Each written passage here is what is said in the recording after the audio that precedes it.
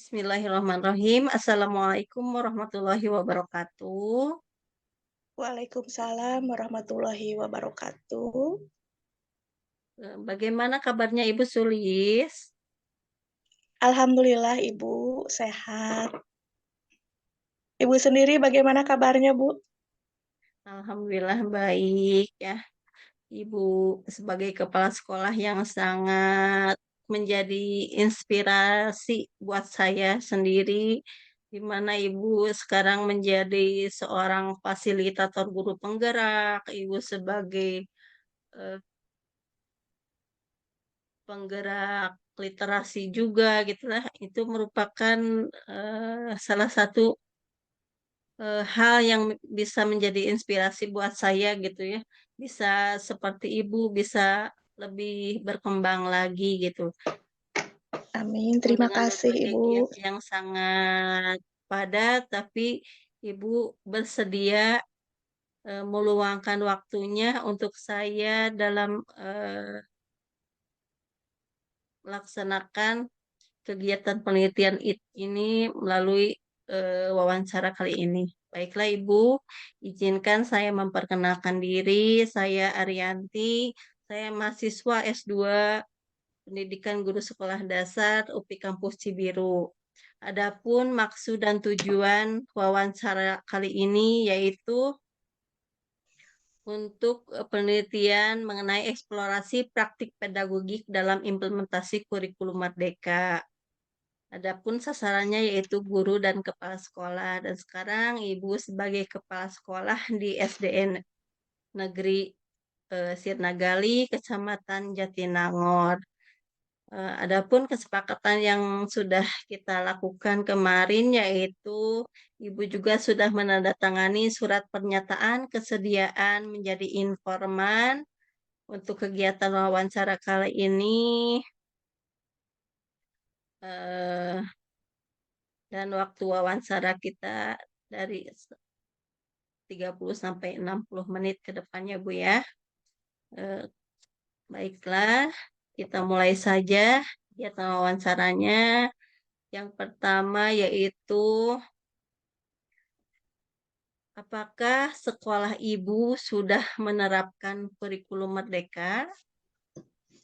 Alhamdulillah untuk sekolah saya SD Negeri Sirnagali itu sudah menerapkan kurikulum Merdeka, Ibu. Suara saya gimana, Bu? Terdengar jelaskah atau masih kurang jelas? Kurang jelas sedikit Bu. Apanya ya pengaturannya? Ini harus didekatkan, Bu, ke. Nah gitu tah. Nah Nah, itu. gini ya. Iya. HP-na kudu ditonggengkeun. Ya, Jadi kan Ibu sudah bilang bahwa Ibu sudah menerapkan kurikulum Merdeka ya. iya betul Berapa Ibu. lama Ibu, sekolah Ibu sudah menerapkan kurikulum Merdeka? Dari tahun 2023 Ibu, semenjak saya pertama kali bertugas di SD Negeri Sirnagali. Berarti sudah 1 tahun ya Bu ya? Iya, iya. Kemudian opsi mana yang Ibu pilih dalam mengimplementasikan kurikulum Merdeka di sekolah Ibu? Apakah Nah mandiri setelah belajar, berdiskusi, mandiri berubah, atau mandiri berbagi? nah setelah berdiskusi dengan para guru, akhirnya opsi yang kami pilih adalah mandiri berubah Ibu. Kemudian apa alasannya Ibu memilih opsi tersebut? Alasan saya itu adalah menurut saya ya Bu ya, opsi mandiri berubah itu mampu menggerakkan seluruh ekosistem yang ada di sekolah, mampu menggerakkan seluruh aset yang ada di sekolah. Itu Bu alasan saya. Selain Selain itu, itu juga, ketika saya ditempatkan di SD Negeri Sirnagali, yang pertama saya lihat adalah aset yang ada di sekolah. Ini yang saya pelajari dari pendidikan guru penggerak ya Bu ya. Aset itu berupa aset biotik dan juga abiotik.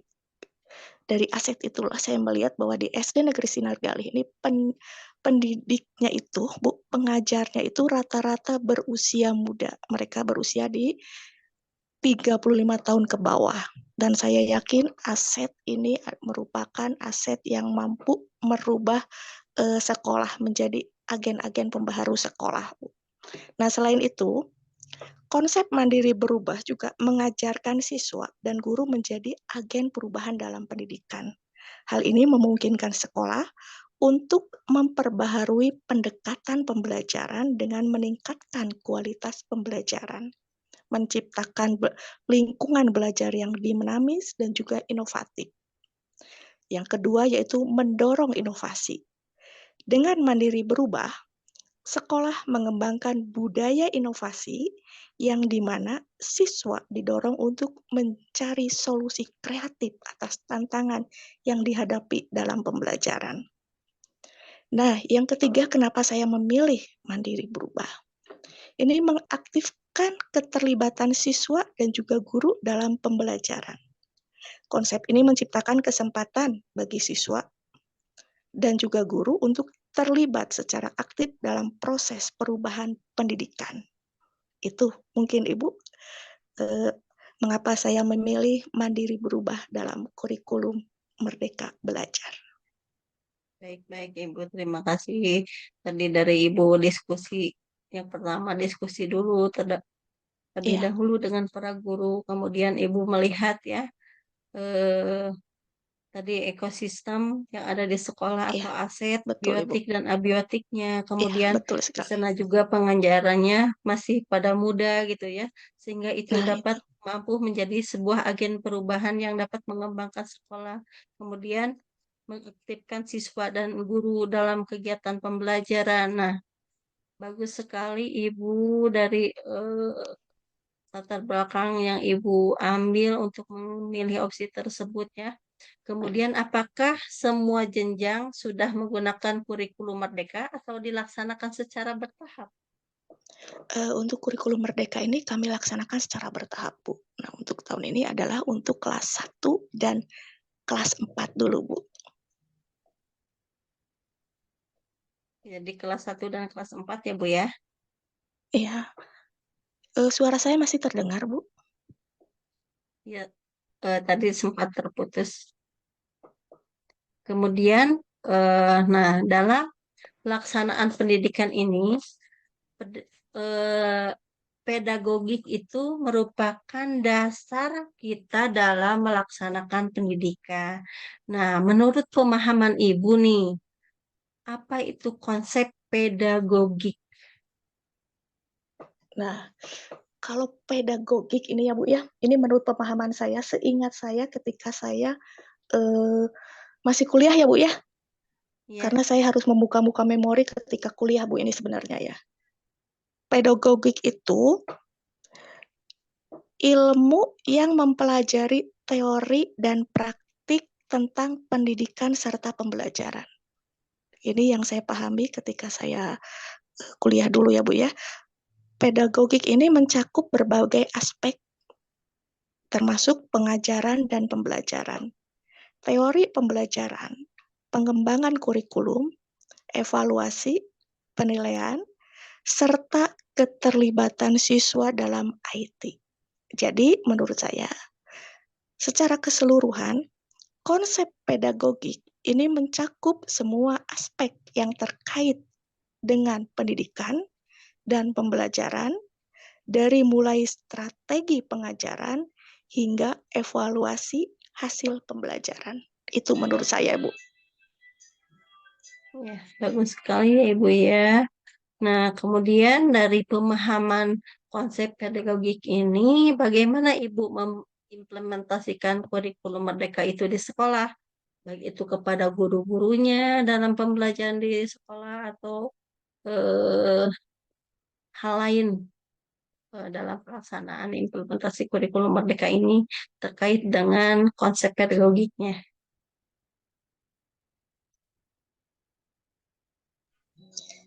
Baik, Ibu. Dalam konteks implementasi kurikulum Merdeka, definisi konsep pedagogik itu terfokus pada pendekatan yang mendukung tujuan-tujuan dari spesifik kurikulum itu sendiri, Ibu. Yaitu memperdayakan siswa sebagai pembelajar mandiri, kreatif, serta berkolaborasi. Seperti pembelajaran berbasis proyek, Bu ya, yang biasa kita kenal, pembelajaran pemanfaatan IT. Jadi menurut saya, definisi konsep pedagogik dalam konteks IKM ini adalah mengembangkan pendekatan yang aktif, kolaboratif, relevan, dan memungkinkan siswa menjadi pembelajar mandiri yang siap menghadapi setiap tuntutan zaman. Itu mungkin Ibu. Luar biasa sekali Ibu jawabannya ya. Saya sambil Kemudian, mematikan ini Bu ya, bunyi terus ini. Sebentar. siap-siap Ibu. Kemudian, dalam pedagogik ini adalah pedagogik sebagai ilmu teoritis dan praktis. Nah, pemahaman Ibu mengenai pedagogik sebagai ilmu teoritis dan praktis ini mau sebagai seperti apa gitu, Bu? Pedagogik sebagai ilmu apa Bu tadi? Teoritis dan praktis. Iya, teoritis dan praktis. Saya ingat kalimat seperti ini Bu. Itu mah cuma teori gitu ya. Saya sering sekali ingat seperti itu. Ini menurut pemahaman saya ya, pedagogik sebagai ilmu teoritis dan praktis. Ini melibatkan pemahaman-pemahaman yang menyeluruh, Bu. Pemahaman yang holistik dengan prinsip-prinsip teori, metode, dan juga praktik yang terkait dalam pendidikan dan juga pembelajaran. Nah, menurut saya, pedagogik sebagai ilmu teoritis itu artinya memahami pedagogik sebagai menggabungkan menggabungkan pengetahuan teoritis tentang prinsip-prinsip pembelajaran dengan aplikasi praktisnya. Jadi antara teori dan prakteknya gitu Ibu. Sehingga menciptakan pembelajaran yang efektif, menarik, dan mendukung perkembangan siswa yang holistik gitu Ibu. Jadi antara teori dan prakteknya di lapangan, antara pengetahuan, pemahaman, dan juga prakteknya kita di lapangan. Itu mungkin Ibu. Berarti dalam ilmu teoritis dan praktik itu tidak bisa dipisahkan ya Bu. Jadi Iya, saling tidak bisa keterkaitan dipisahkan. Jadi gitu ya. Di mana kita kita, paham teorinya, tapi kita juga hmm, harus paham dan tahu ya, bagaimana cara mempraktekannya. Itu mungkin iya Ibu. betul betul betul betul sekali Bu. Kemudian eh, menurut pemahaman Ibu nih dalam pedagogik ini juga tadi sebagai ilmu teoritis juga ilmu praktis. Nah, pedagogik juga terdapat beberapa pendekatan nih. Eh, ada pedagogik tradisional, kemudian juga dalam pendekatannya ada pendekatan kritis, transformatif, multiliterasi, dan futuristik. Nah, menurut pemahaman Ibu tentang pendekatan ini, pendekatan pedagogik tadi seperti apa gitu? Bisa Ibu Eh, paparkan mengenai pendekatan kritis, transformatif, multiliterasi, futuristik, Futuristik ya. maupun pedagogik tradisional gitu. Iya, oke Ibu. Gini ya, saya ingat dulu ya, ini mungkin pendekatan pedagogik yang tradisional ya. Kita dulu belajar itu berpusat pada guru ya. Ya. Nah, ini mungkin yang disebut pendekatan tradisional, yaitu pendekatan yang lebih berfokus pada pembelajaran yang berpusat pada guru, di mana di situ adalah guru berperan sebagai pemegang ilmu pengetahuan, berperan sebagai aktor utama dalam pembelajaran, dan siswa berperan hanya sebagai penerima informasi. Ini artinya pendekatan pedagogik tradisional itu pembelajaran berpusat pada guru. Saya ingat ketika masih sekolah dulu, Bu, mungkin sama mungkin dengan Ibu ya. Saya ingat dulu ketika di kelas, Bu, mendengar suara rok Ibu guru itu sudah deg-degannya luar biasa. Langsung sidakep. Dan guru di situ terlihat sekali bahwa guru hanya mentransformasi ilmu. Nah, berbeda dengan pendekatan pendekatan yang tadi sebutkan, seperti yaitu pendekatan kritis, transformatif, multiliterasi, dan futuristik. Nah, ini menurut saya, ini pendekatan yang lebih modern dengan tuntutan zaman yang berubah. Dilihat dari kata-katanya ya Bu ya, ada transformatif, multiliterasi, futuristik. Ini kata-kata yang sangat modern, jadi pendekatan yang lebih berpusat pada siswa dan sesuai dengan tuntutan zaman yang terus berubah. Mungkin itu Ibu. Ya, baik Ibu. Kemudian dari pendekatan pedagogik tadi yang saya sudah utarakan, nah di sekolah Ibu nih, pendekatan mana yang Ibu terapkan atau gunakan dalam implementasi kurikulum Merdeka? Gimana Bu? Boleh diulang lagi Dari Bu?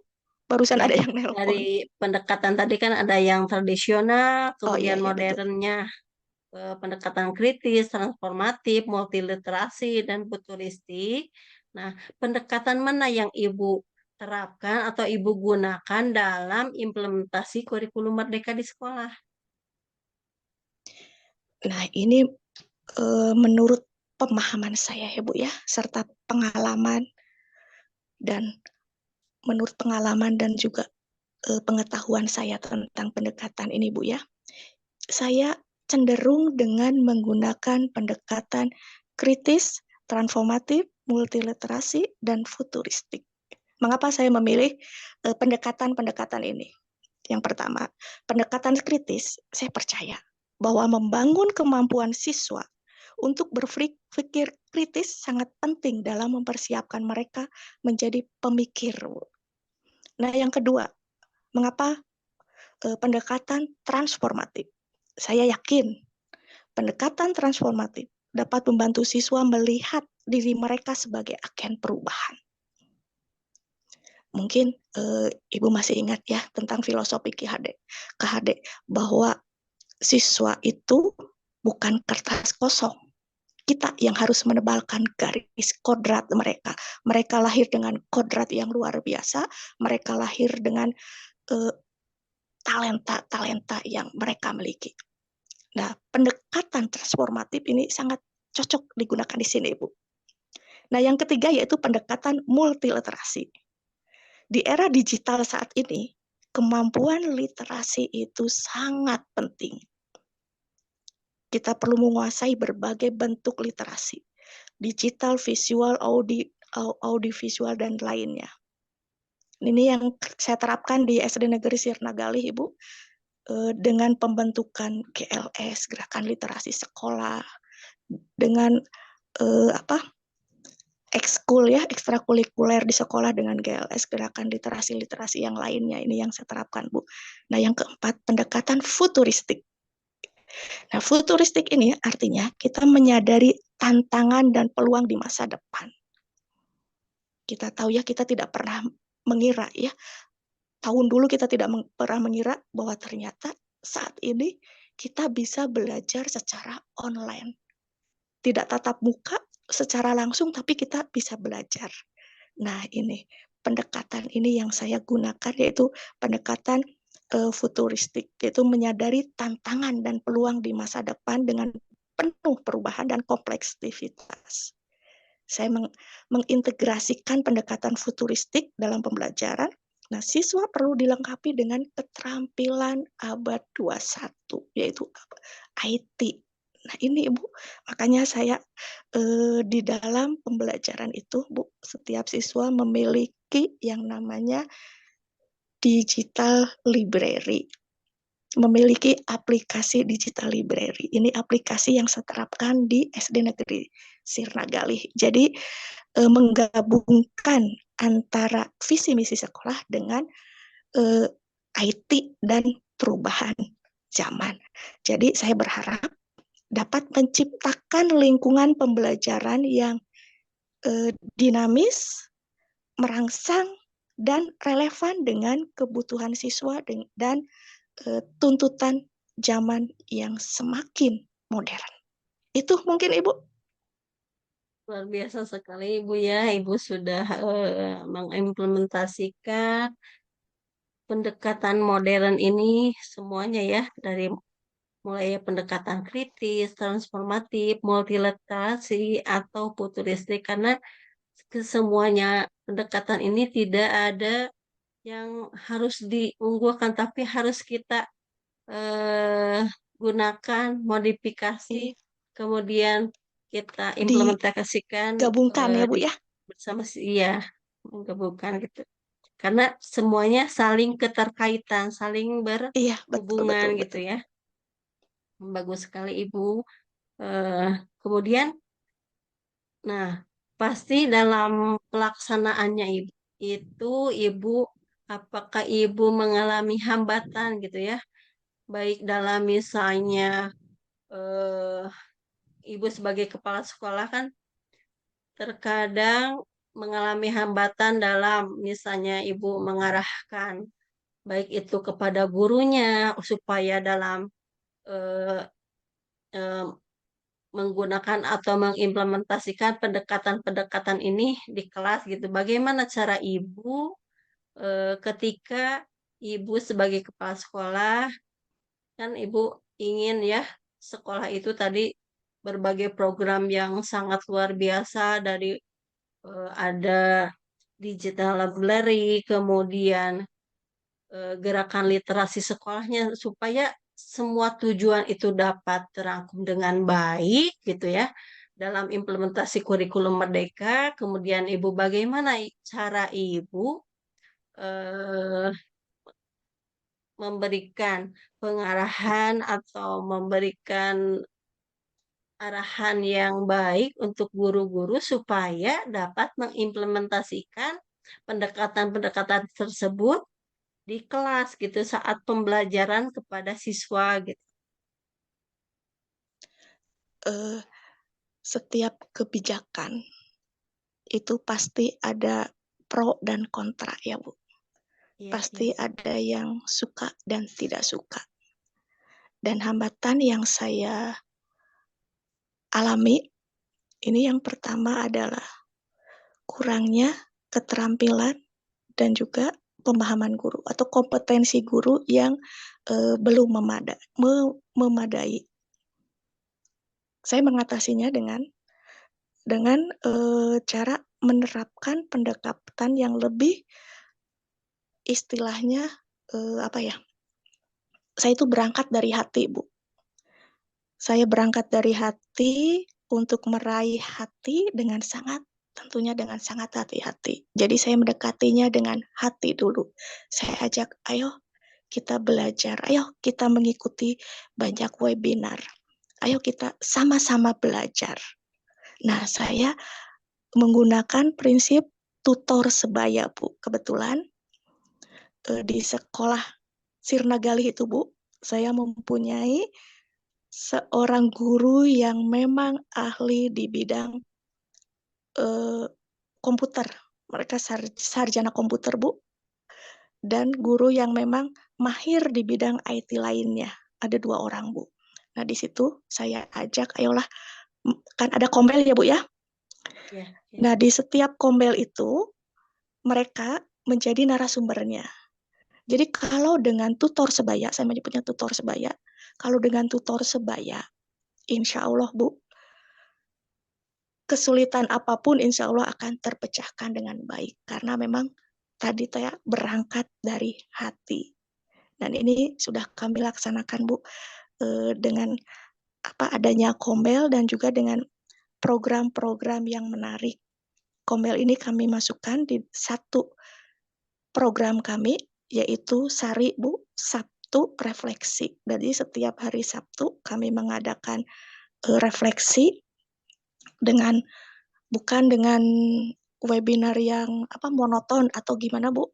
Kami mengadakan istilahnya diskusi ringan dengan makan bakso, dengan botram, dengan istilahnya bercengkrama seadanya gitu Bu, dengan makan-makan seadanya. Jadi tidak terasa bahwa ini adalah diskusi gitu.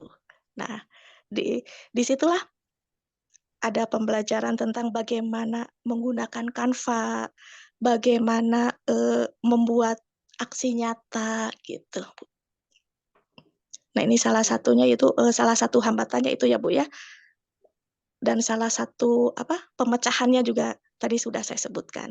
Nah, yang kedua Bu, hambatan yang kedua ini terkadang ini dalam benak saya ya, bahwa kurikulum itu sering sekali berganti. Kebijakan kurikulum yang sering berganti ya Bu ya, berubah-ubah. Jadi ada istilah seperti ini, kadang ganti menteri, ganti kurikulum. Tapi alhamdulillah dengan kurikulum merdeka ini, ke depannya kita akan kurnas ya. Dan kurnas ini sebetulnya bukan kurikulum baru, tapi kurikulum merdeka yang telah disempurnakan. Jadi kalau di kurikulum merdeka, ini kita hanya beberapa sekolah, tapi kalau di kurnas ini keseluruhan sekolah. Mudah-mudahan ini kebijakan yang sangat baik Bu ya. Nah, yang ketiga, ini adalah keterbatasan sumber daya seperti buku yang tidak sesuai, kurangnya teknologi juga, sarana dan prasarana teknologi yang ada di sekolah. Jadi keterbatasan sarana dan prasarana juga menjadi suatu hambatan Bu ya. Nah, yang keempat adanya resistensi dari stakeholder yang ada di sekolah Bu. Tidak semua pihak mungkin setuju atau siap dengan perubahan pendekatan pembelajaran ya Bu ya, resistensinya itu. Jadi ada kemungkinan resistensi dari beberapa stakeholder seperti orang tua, siswa, atau bahkan beberapa guru yang Ya, lebih terpaku dengan zona nyaman mereka gitu Bu. Nah betul ini betul, Bu. yang harus kita mampu bisa merubah paradigma dari mereka. Dengan orang tua kita adakan rapat terlebih dahulu. Jadi sebelum kita menggulirkan apapun, memberikan perubahan apapun, kita adakan rapat. Satu yang terpenting adalah adanya komunikasi yang baik antara stakeholder yang ada di sekolah. Itu Ibu, mungkin itu saja. Jadi saya yakin adanya kerjasama yang solid antar pihak sekolah dan pihak lainnya yang berada di luar sekolah. Ini yang akan menjadikan eh, apa yang kita harapkan itu akan tercapai, Bu. Karena Sirnagali ini sekolah yang berlokasi di padat penduduk ya, Bu ya. Jadi hal yang utama adalah adanya kerjasama yang solid. Saya selalu mengatakan pada orang tua, kepada siswa, kepada guru-guru, saya selalu katakan di dalam rapat atau di dalam diskusi, kita tidak perlu berlari, kita cukup berjalan. Berjalan, bergandeng tangan, yang terpenting kita sampai pada tujuan yang kita harapkan. Itu Ibu. Mungkin itu saja, Ibu. Luar biasa sekali, Ibu. Ih, pengalamannya, kemudian program-programnya yang Ibu laksanakan di sekolah sangat luar biasa sekali ya. Karena Ibu di sini yang pertama Ibu lakukan yaitu menciptakan sebuah kekeluargaan yang diawali dengan hati ya. Nah, iya Karena betul. kalau diawali dengan hati, insya Allah hati-hati yang lainnya juga akan tersentuh Akan gitu ya. tersentuh, iya. Nah, Mm-mm, ini akan tersentuh. saya jadi ingat, Bu, ketika pembekalan PP ya, apa yang saya utarakan berawal dari hati untuk meraih hati. Ini sampai akhirnya di PP, di pembekalan fasil, saya dipanggil dengan sebutan pakar hati, Bu. Luar biasa. Mereka yang ingat pasti, oh Ibu Sulis, ya pakar hati. Ya, memang harus seperti itu gitu, Bu. Iya, betul, Bu. Membangun sebuah komunitas di sekolah itu tidak mudah, Iya, tapi benar. kalau kita menjalaninya dimulai dengan hati, dengan rasa kasih sayang gitu ya, Iya, insya betul. Allah semuanya akan eh, menjadi satu Jadi, kesatuan eh, yang kita iya betul, Bu. Jadi harapkan kita gitu. jangan memperlihatkan arogansi kita gitu, Bu. Iya, itu arogansi kita sebagai seorang pemimpin gitu ya. Jangan Nah, sampai betul kita sekali. memisahkan saya ini seorang pemimpin, Nah, kalian betul, itu Bu. guru-guru. Nah, Iya, jangan sampai seperti itu nanti terlihat kesenjangannya. Kemudian berbagai program apapun yang baik program yang baik tapi tanpa dukungan dari stakeholder yang ada di sekolah itu tidak akan berjalan. Tapi program yang biasa tapi didukung oleh semua stakeholder yang ada di sekolah, insya Allah akan jadi luar biasa gitu ya. Iya, betul betul betul, keren sekali, Bu. Akan berjalan dengan baik sekali gitu ya. Nah, tadi Iya, Ibu betul, Bu. sudah paparkan hambatan-hambatannya, kemudian juga solusinya juga sudah Ibu eh, berikan juga gitu ya. Nah, mungkin itu saja Bu yang bisa saya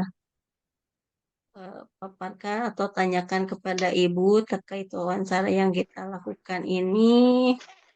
Tadi jawaban-jawaban Ibu sangat luar biasa sekali.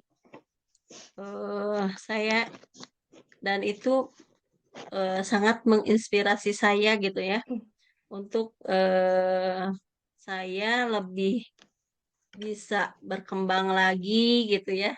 Sekarang saya sedang mengikuti kuliah lagi, mudah-mudahan saya bisa mengikuti jejak ibu yang sangat luar biasa gitu ya.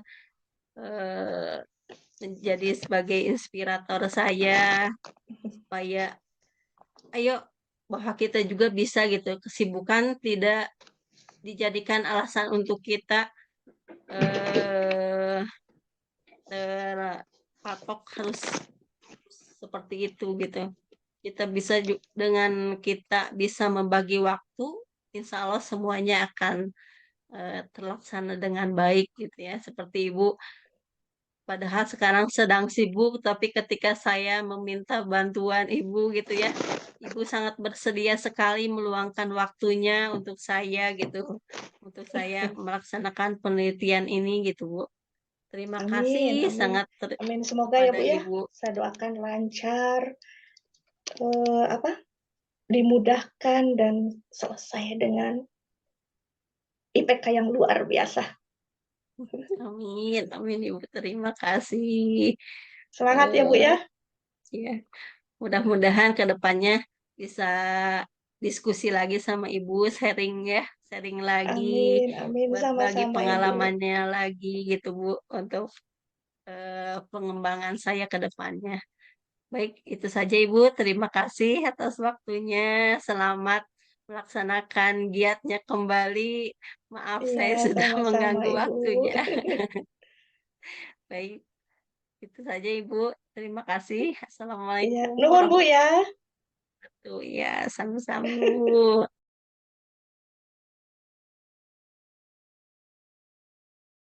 Bismillahirrahmanirrahim. Assalamualaikum warahmatullahi wabarakatuh. Waalaikumsalam warahmatullahi wabarakatuh. Selamat siang Pak Iwan, Bapak Kepala SDN Telaga Mukti. Selamat siang juga. Eh, Mudik kemana Pak? Lebarannya?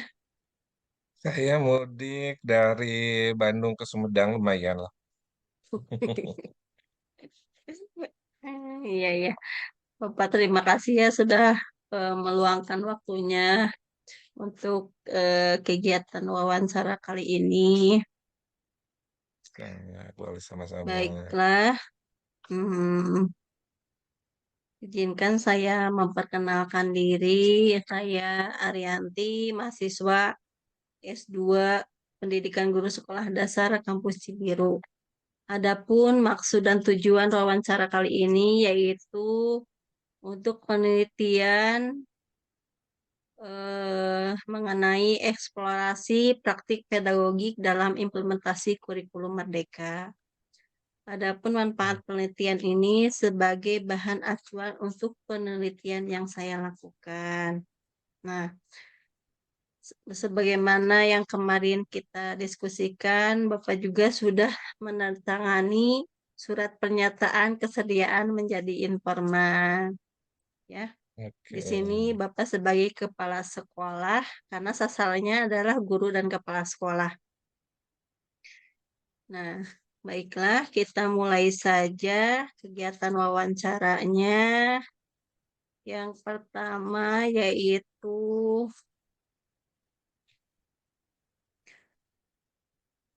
apakah sekolah Bapak sudah menerapkan kurikulum Merdeka? Sekolah saya sudah menerapkan kurikulum Merdeka. Hmm. Nah, jika sudah, berapa lama sekolah Bapak menerapkan kurikulum Merdeka?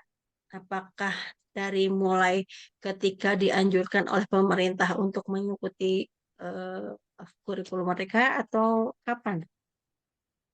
Ya, kalau penerapan kurikulum Merdeka, kebetulan di sekolah saya baru tahun pertama, atau berarti baru 1 tahun ya kurang lebih, karena saya juga memang baru mutasi ke sekolah yang tempat saya bertugas sekarang itu memang baru 1 tahun dan baru di awal itulah saya atau sekolah saya menerapkan kurikulum Merdeka. Nah, baik, opsi mana yang Bapak ambil dari ketiga opsi yaitu mandiri belajar, mandiri berubah, atau mandiri berbagi? Mana yang Bapak pilih dalam implementasi kurikulum Merdeka ini? Eh, yang saya pilih atau yang kami pilih yaitu mandiri berubah. Kenapa kami memilih mandiri berubah? Alasannya supaya proses belajar ini dapat diaplikasikan langsung dengan kurikulum Merdeka seutuhnya gitu. Ketika kita mengambil mandiri belajar, kita hanya menerapkan pembelajarannya saja, sementara pelaksanaannya masih menggunakan kurikulum 2013. Sedangkan di Mandiri Berubah ini kita sudah langsung menerapkan dengan kurikulum Merdekanya secara utuh. Namun eh, di Mandiri Berubah ini kan guru masih bisa mengadopsi bahan ajar yang disediakan oleh pemerintah. Jadi saya juga melihat kesiapan dari guru-gurunya. Eh, Kalau untuk ke Mandiri Berbagi kan rasanya karena di tahun pertama saya melihat gurunya masih belum siap untuk menerapkan konsep Mandiri Berbagi. Jadi kita hasil kesepakatan dan hasil diskusi bersama kita tahun ini masih menggunakan Mandiri Berubah. Baik, baik, Bapak. Apakah di sekolah Bapak sudah seluruh jenjang menggunakan kurikulum Merdeka atau dilaksanakan secara bertahap? Oke. Tahun ini karena baru tahun pertama kita masih atau baru diterapkan di kelas 1 dan 4. Tapi insya Allah di tahun ajaran baru nanti 2024-2025 kita akan langsung menerapkannya secara keseluruhan dari kelas 1 sampai 6. Kita tidak akan bertahap ke 25 dulu karena mengingat berbagai hal testimoni dari para guru kelas 1 dan 4 yang sudah menerapkan kurikulum Merdeka merasa lebih enjoy dan lebih nyaman sehingga hasil kesepakatan kita di tahun pelajaran 2024-2025 ini insya Allah baru akan seluruhnya 1 sampai 6. Baik, baik, Bapak. Kemudian, nah, dalam pelaksanaan pendidikan di sekolah itu kan pedagogik merupakan dasar ya kita melaksanakan Hmm. pendidikan, kemudian pembelajaran di kelas. Nah, menurut pemahaman Bapak nih, konsep pedagogik itu untuk di sekolah itu seperti apa? Oke. Sebenarnya saya tidak akan berbicara teoritis ya. Kalau secara sederhana, pedagogi itu kan kemampuan mengajar.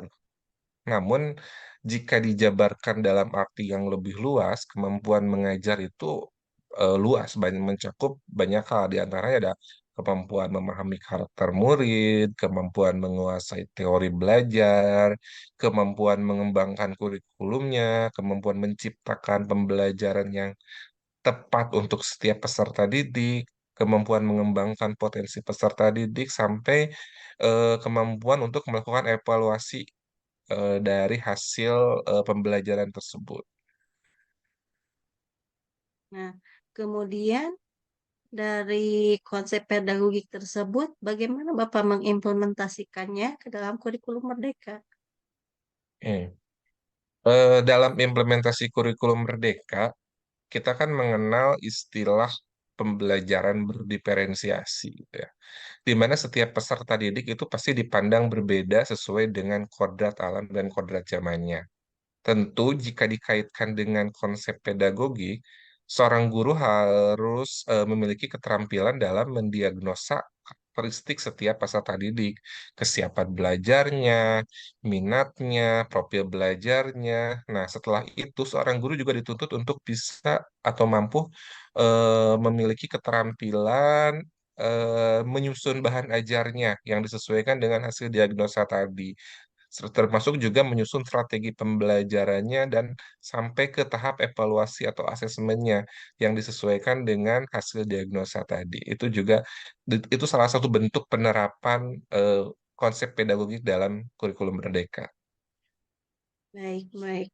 Kemudian kan dalam pedagogik itu ada yang dilihat sebagai ilmu teoritis dan praktis nih.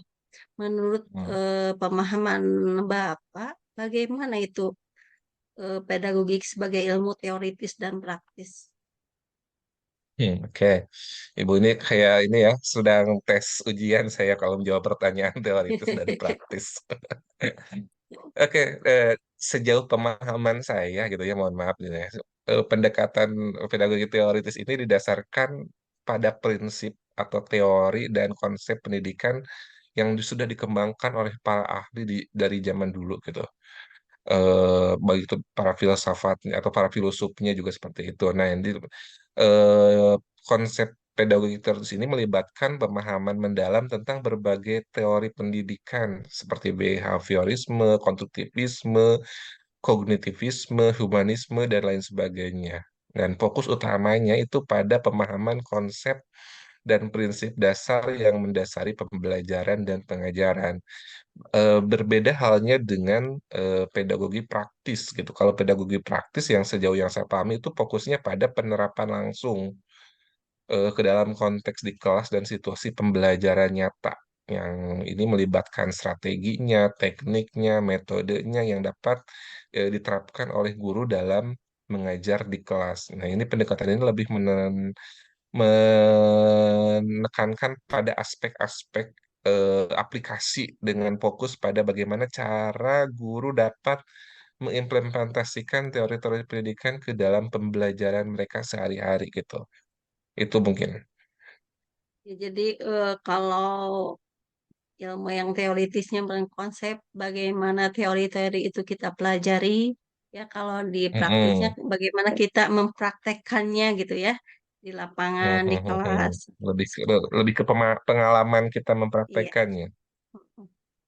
Kemudian, nah, menurut Bapak dalam pedagogik ini ada beberapa pendekatan, ada yang disebut dengan mungkin bisa juga dikategorikan sebagai tradisional dan modern ya Pak ya. Nah, di sini yang modernnya itu misalnya pendekatan kritis, transformatif, multiliterasi, atau futuristik gitu. Nah, bagaimana sih pemahaman Bapak tentang pendekatan-pendekatan tersebut?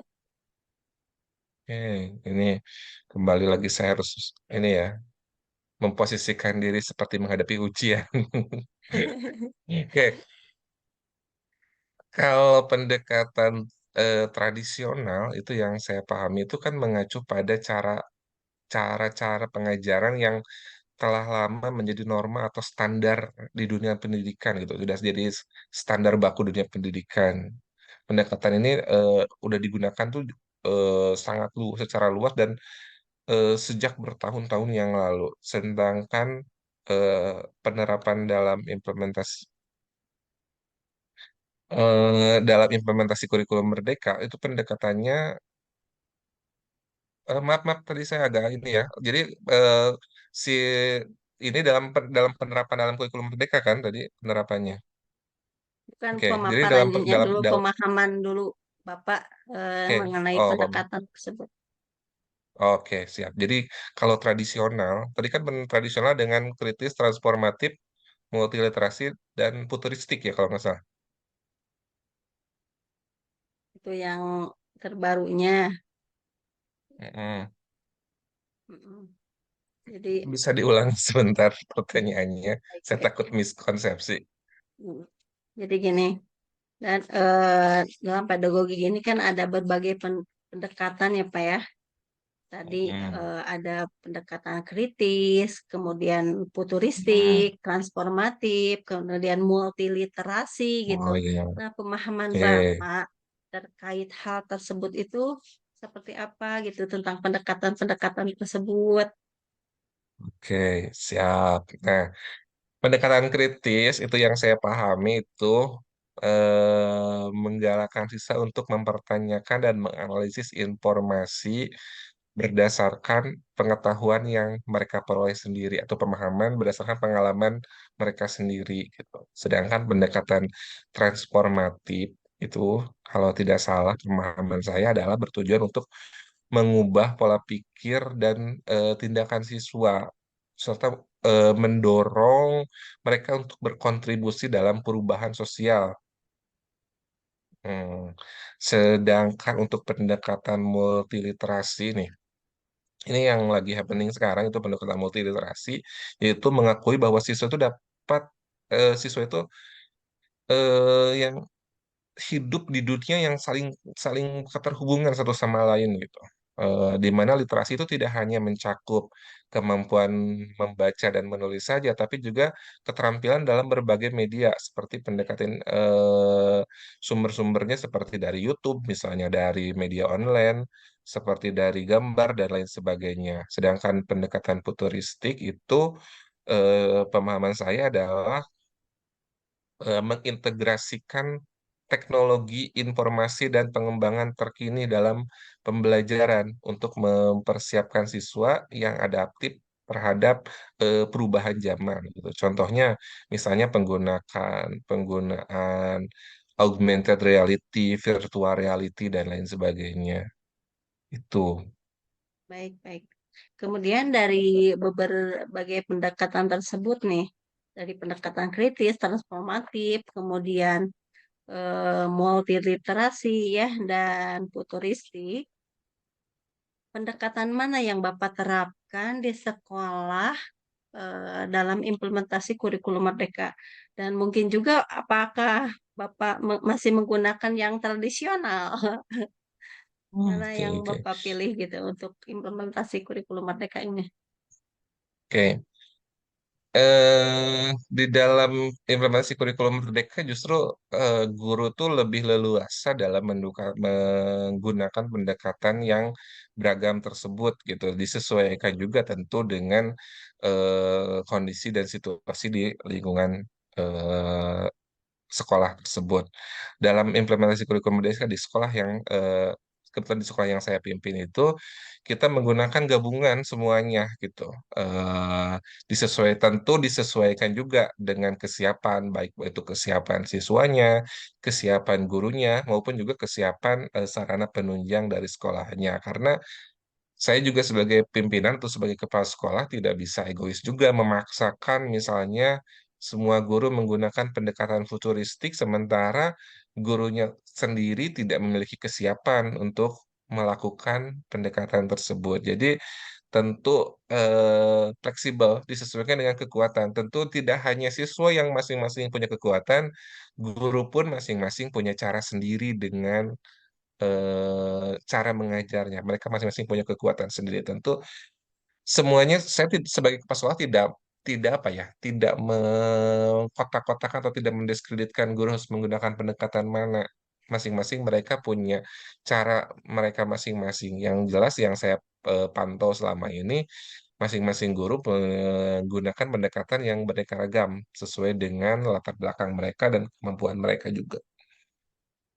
Nah, bagaimana cara Bapak, kan Bapak sebagai kepala sekolah nih ya, Hmm. mengarahkan guru-guru untuk melaksanakan berbagai pendekatan tersebut dalam implementasi kurikulum Merdeka gitu kan? Karena Hmm. saya yakin tidak semua guru ya bisa melakukan hal itu. Terkadang dengan suatu kebijakan yang kita buat itu ada saja gitu ya yang melenceng Ya. gitu lah. Nah, bagaimana Hmm, hmm, Bapak hmm. mengatasi hal tersebut gitu? Oke.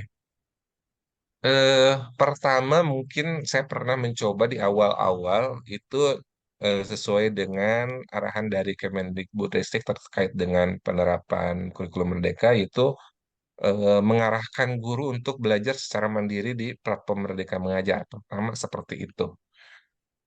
Dikatakan berhasil ada mungkin, tapi tidak terlalu signifikan keberhasilannya. Eh, Keberhasilan yang lebih besar itu saya dapat itu melalui komunitas belajar. Karena gini, belajar mandiri itu kesulitan terbesarnya adalah motivasi.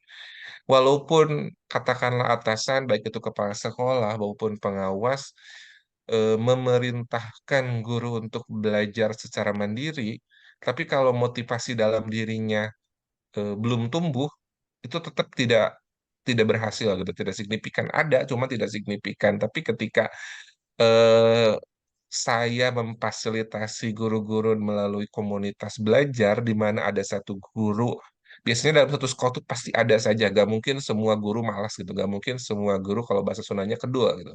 Selalu ada saja guru yang rajin, ada saja guru yang mau terbuka terhadap sesuatu hal yang baru. Tapi melalui komunitas belajar, saya arahkan supaya eh, pengetahuan itu bisa berbagi secara langsung antar guru gitu. Jadi ketika ada guru yang sudah mempelajari sesuatu yang baru, misalnya tadi seperti eh, apa pendekatan yang futuristik misalkan seperti itu, dia tentu mengaplikasikan atau mendiseminasikannya di dalam komunitas belajar sehingga pengetahuan dan keterampilannya itu tidak hanya dia kuasai sendiri, tapi juga bisa sharing atau berbagi dengan guru-guru yang lain yang mungkin belum termotivasi untuk belajar mandiri atau mungkin terhambat dengan kemampuan karena kadang-kadang ada juga guru yang terhambat dengan kemampuan IT seperti itu kan kita agak sulit juga kalau dipaksa gitu kan.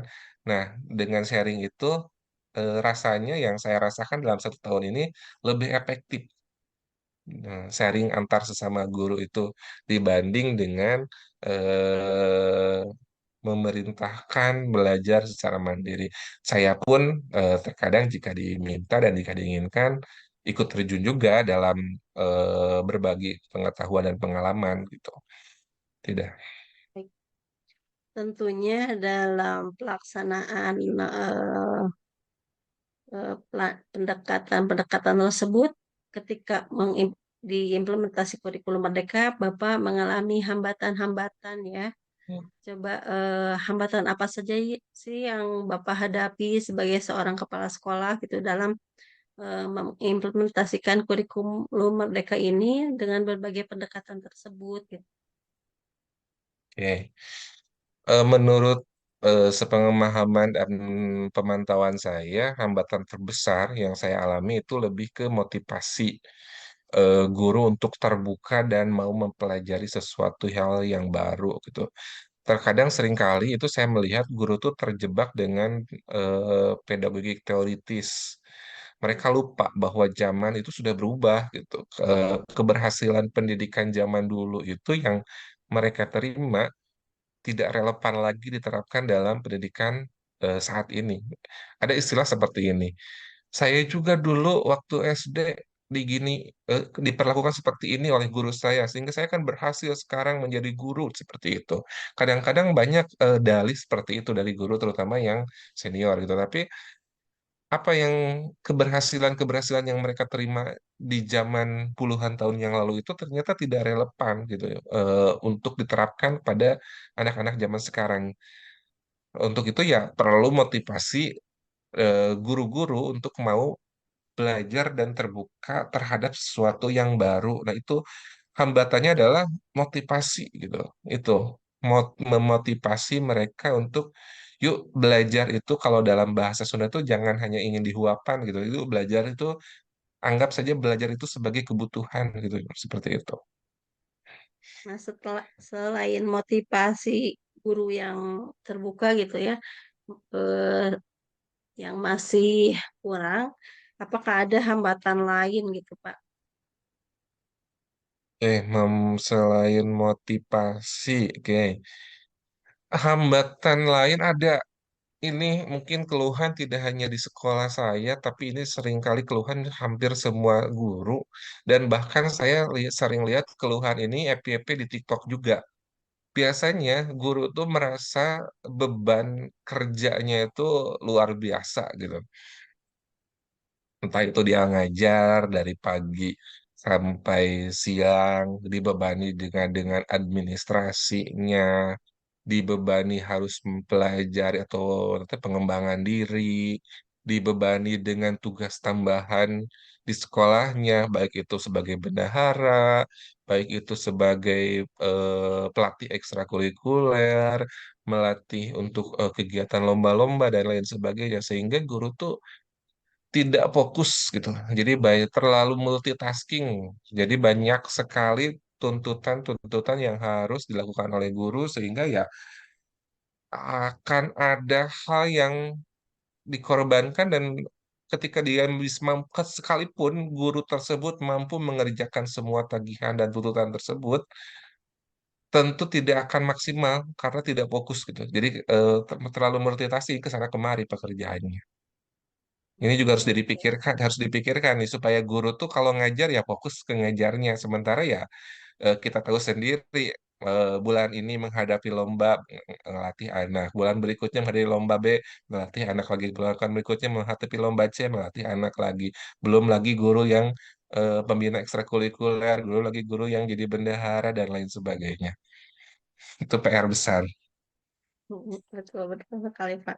Nah, dari kedua hambatan ini, apa sih solusi Bapak nih, strategi Bapak untuk mengatasi hambatan tersebut supaya tidak menjadi hambatan lagi yang dapat eh, menghalangi gitu Oke, atau menjadi ya menjadi hambatan lagi gitu.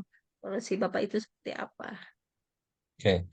Kalau untuk problem yang pertama terkait dengan motivasi, tentu ya sebagai kepala sekolah saya juga tidak pernah lelah dan berhenti untuk memberikan motivasi secara langsung dan memberikan contoh nyata gitu dari motivasi tersebut. Selain itu ya dengan memberikan atau memfasilitasi mereka dengan menunjang berbagai kebutuhan belajar mereka. Misalnya seperti tadi saya ungkapkan di awal bahwa keberhasilan itu saya dapat dari komunitas belajar ketimbang belajar mandiri. Nah, caranya bagaimana? Dengan memfasilitasi mereka, menyediakan komunitas belajarnya, meluangkan waktunya. Kalau bahasa sederhananya itu guru tuh nggak suka diperintah, tapi sukanya itu ditemani. Jadi ketika ada atau waktunya guru untuk belajar, semaksimal mungkin saya usahakan saya ada di sana gitu. Tidak hanya, ayo Bapak Ibu sekarang waktunya kita belajar hari Selasa jam sekian, misal seperti itu. Tapi sayanya pergi kemana gitu, dengan kegiatan apa dan sebagainya. Saya mencoba semaksimal mungkin ketika kegiatan tersebut saya ada di sana. Saya pun ikut belajar. Nah, ketika atasannya ikut belajar, maka mereka pun akan termotivasi juga untuk belajar gitu. Atasan saya aja mau belajar gitu, masih mau belajar, masa saya enggak? Nah, seperti itu. Kalau yang multitasking tadi mungkin saya agak sedikit ekstrim juga ya solusi yang saya berikan, di mana saya eh, memberikan keleluasaan kepada guru untuk menentukan skala prioritas gitu. Mana sih yang menjadi lebih prioritas di antara tugas-tugas tersebut gitu. Kalau misalnya prioritasnya A dan sekiranya kalau B, C, D, E itu mengganggu prioritas itu, mereka saya berikan keleluasaan untuk saya tinggal untuk meninggalkannya gitu daripada eh, A, B, C, D, E dikerjakan semua tapi nggak maksimal gitu. Ya, seperti itulah. Jadi saya lebih mengedepankan kepada guru lebih baik ibaratnya sederhananya satu pekerjaan tapi maksimal daripada 5 pekerjaan dikerjakan tapi nggak maksimal gitu. Baik-baik, bagus sekali Bapak ya. Tadi dua hambatannya yaitu tentang motivasi guru dan multitasking guru. Yang Bapak atasi dengan solusinya yaitu dengan komunitas belajar dan skala prioritas gitu ya. Baik Bapak, terima kasih. Itu saja yang eh, untuk wawancara kali ini.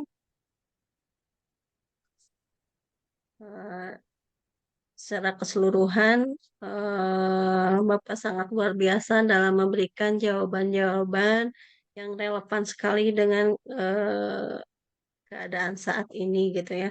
Bapak sudah melaksanakan berbagai pendekatan dalam implementasi kurikulum Merdeka, pendekatan pedagogik yang tadi kritis, transformatif, multiliterasi, dan futuristik gitu ya. Bapak sudah mengaplikasikannya bersama guru-guru di sekolah. Mungkin itu saja Bapak yang Sama-sama. bisa saya sampaikan. Terima kasih atas waktunya, di mana Bapak sekarang menjadi seorang instruktur guru penggerak yang pasti sibuk sekali ya. Terima kasih sudah meluangkan waktunya untuk saya gitu dalam melakukan penelitian ini. Itu saja. Sama-sama. Ya, Alhamdulillah ya Bapak. Terima kasih. Assalamualaikum warahmatullahi wabarakatuh. Waalaikumsalam warahmatullahi wabarakatuh.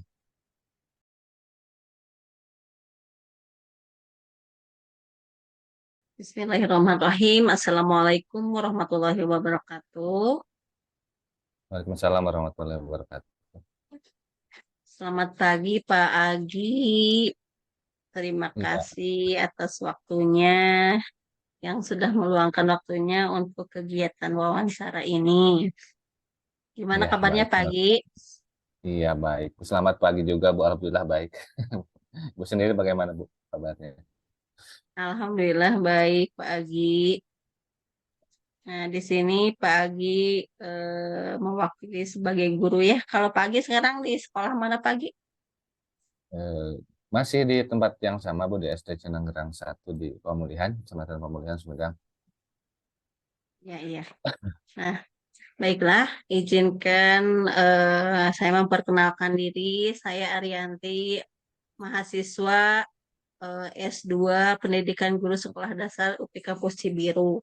Nah, adapun maksud dan tujuan kegiatan wawancara ini yaitu yang pertama untuk eh, melakukan penelitian mengenai eksplorasi praktik pedagogik dalam implementasi kurikulum Merdeka. Kemudian eh, manfaatnya itu sebagai bahan penelitian mengenai praktik pedagogik dalam implementasi kurikulum Merdeka. Nah, baiklah, pagi sebagaimana setelah kemarin kita diskusi sebelumnya ya, pagi juga sudah menandatangani surat pernyataan kesediaan menjadi informan saya gitu lah ya untuk melakukan wawancara pada hari ini gitu. Baiklah, kita mulai saja ya pagi ya Ya, siap Bu. wawancaranya. Nah, yang pertama yaitu apakah sekolah Bapak sudah menerapkan kurikulum Merdeka pada Eh, pembelajaran tahun ini? Ya, alhamdulillah Bu ya. Sekolah di saya sudah menerapkan kurikulum Merdeka dan sekarang sudah ada 4 kelas. Dari kelas 1, 2, 4, dan 5. Berarti sudah 2 tahun berjalan Bu ini. Oh, sudah 2 tahun berjalan. Ya. Nah, sekolah Bapak memilih opsi yang mana? Mandiri belajar, mandiri berubah, atau mandiri berbagi dalam implementasi kurikulum Merdeka ini? Kebetulan kalau di sekolah saya itu mengadopsi kurikulum mandiri berubah ya, dikarenakan memang apa namanya ini merupakan jalur implementasi kurikulum yang tentunya segala bahan dan sumbernya disediakan oleh Kemendikbud, jadi sekolah hanya perlu mengadopsinya, mengembangkannya, apa namanya memberikan keleluasaan di sekolah saya untuk mengembangkan berdasarkan apa namanya role model yang sudah ditetapkan oleh Kemendikbud. Jadi hanya mengadopsinya saja seperti itu. Perangkat ajar yang sudah disediakan oleh Kemendikbud. Mungkin seperti itu.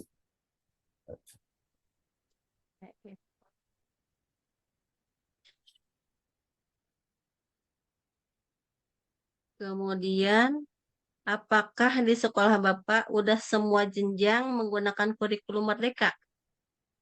Seperti yang sudah diungkapkan tadi sebelumnya, jadi sekarang kan sudah memasuki tahun kedua, berarti kan dalam setiap 1 tahun itu biasanya dua kelas itu kan, kelas tinggi, kelas rendah. Nah sekarang di 2 tahun berjalan berarti sudah ada 4 kelas, di mana yang sudah melaksanakan kurikulum Merdeka yaitu kelas 1, kelas 2, kelas 4, sama kelas 5. Mungkin itu Bu. Oh, jadi Jadi sudah 2 tahun berjalan. dilaksanakan secara bertahap ya, Bertahap, dari tahun pertama 2 tidak. kelas, tahun kedua tambah lagi 2 kelas. Jadi sudah 4 kelas. Kemudian, nah dalam mengimplementasikan pendidikan ini, pedagogik merupakan dasar dalam pelaksanaan pendidikan atau pembelajaran di kelas ya, di sekolah kita. Nah, menurut Bapak nih, menurut pemahaman Bapak, apa itu konsep pedagogik itu sendiri?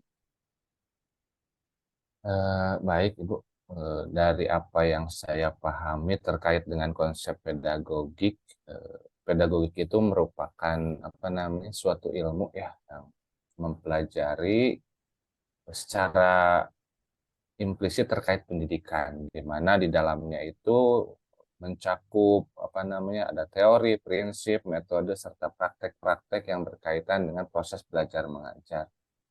Nah, dari apa yang saya paham, pedagogik ini lebih kepada bagaimana seni kita mengajar atau keterampilan kita di dalam mengolah suatu pembelajaran yang efektif dan efisien, serta membantu peserta didik untuk belajar. Dengan apa namanya, dengan konsep tersebut tentunya tujuan utama pedagogi tersebut itu dapat mengembangkan mengembangkan baik itu pengetahuan, keterampilan ataupun karakter peserta didik agar mereka mencapai potensinya secara penuh gitu. Tentunya dari apa yang saya pelajari, banyak sekali manfaat yang bisa dipelajari terkait dengan pedagogik gitu kan. Dimana kita sebagai seorang pendidik itu harus bisa memahami gitu kan proses belajar mengajar, mengembangkan keterampilan mengajar, kemudian membantu peserta didik mengembangkan lingkungan belajar yang baik, yang kondusif, gitu kan. Kemudian juga hal ini apa namanya, berimbas kepada bagaimana strategi kita dapat meningkatkan hasil belajar siswa. Nah, mungkin itu terkait konsep pedagogik yang saya pahami selama ini. Dari pemahaman konsep pedagogik itu, menurut Pak Agi ya, bagaimana Pak Agi konteks pedagogik tersebut diimplementasikan dalam kurikulum Merdeka, terutama di kelas Pak Agi gitu. Sekarang Pak Agi mengajar di kelas berapa? Sekarang saya mengajar di kelas 5 Bu ya, tentunya di dalam apa namanya, eh, mengimplementasikan konsep pedagogik, terutama ya dikaitkan dengan kurikulum Merdeka kan. Di mana di dalam kurikulum Merdeka itu kan mengacu kepada apa namanya, bagaimana kita dapat menyajikan pembelajaran gitu kan yang apa namanya, relevan dengan kompetensi di abad 21 gitu. Kemudian secara kaitannya konsep pedagogik terkait apa namanya, implementasi di kurikulum Merdeka itu, kita dituntut untuk bisa memfokuskan kepada bagaimana mendukung dan membelajarkan peserta didik.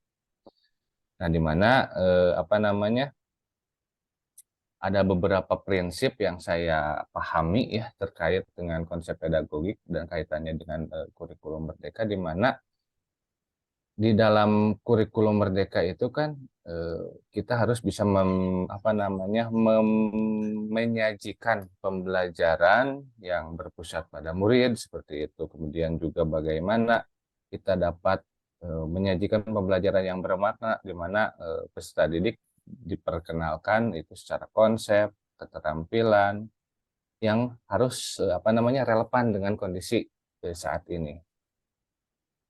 Kemudian selain itu yang saya pahami terkait dengan konsep pedagogi kaitannya dengan implementasi kurikulum merdeka, yaitu pembelajaran yang harus dibuat itu mencakup pembelajaran yang holistik gitu kan, terpadu. Dan juga istilah sekarang ada juga istilah konsep pembelajaran berdiferensiasi.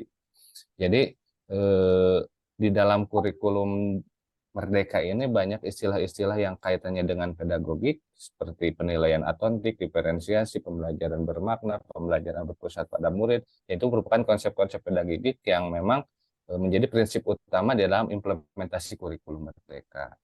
Nah, di mana di sini tentunya kita sebagai guru juga di dalam implementasi kurikulum Merdeka, terutama di dalam menerapkan konsep pedagogik, tidak lagi menerapkan gaya lama gitu kan, guru sebagai pusat pengetahuan. Tapi di sini kita menempatkan diri sebagai fasilitator, mungkin sebagai mentor, mungkin sebagai desainer pembelajaran ataupun sebagai penilaian yang baik atau penilai yang baik. Nah, mungkin itu terkait bagaimana saya mengimplementasikan konsep pedagogik di dalam implementasi kurikulum Merdeka. Mungkin seperti itu, Bu. Baik, baik, bagus sekali ya Pak Gi ya. Nah, dalam pedagogik ini, pedagogik ini juga disebut sebagai ilmu teoritis dan praktis. Nah, bagaimana sih menurut Bapak dalam pandangan pedagogik ini sebagai ilmu teoritis dan praktis dan kemudian implementasi dalam kurikulum Merdeka itu di kelas seperti apa gitu Kan itu. terkait ilmu teoritis dan praktis tersebut.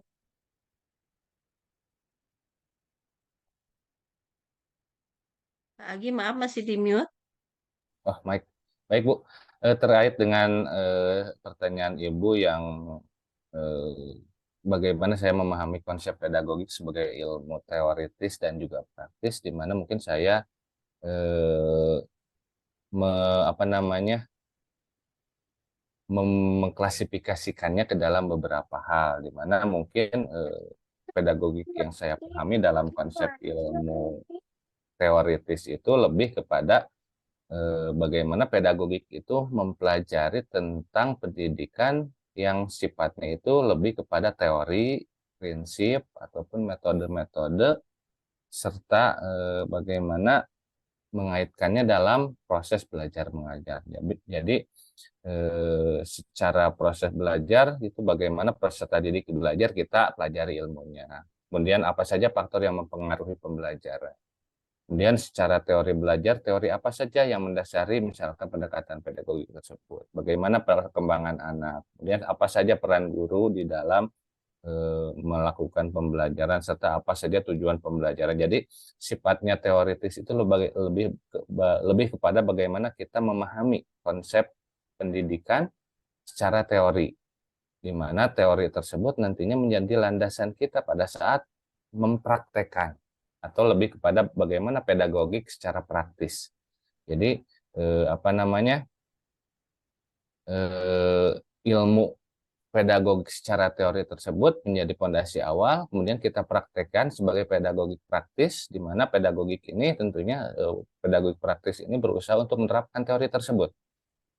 Misalkan kita sudah mempelajari ilmu atau teorinya, mungkin kita bisa implementasikan di dalam bagaimana mengembangkan kurikulum misalkan dan bahan ajar. Karena memang kita sudah paham teori, misalkan teori belajar siswa, teori banyak teori perkembangan peserta didik, teori belajar mengajar. Kita susun menjadi suatu rancangan berupa kurikulum dan bahan ajar, di mana teori tersebut diadaptasikan ke dalam bahan ajar ataupun ke dalam kurikulum.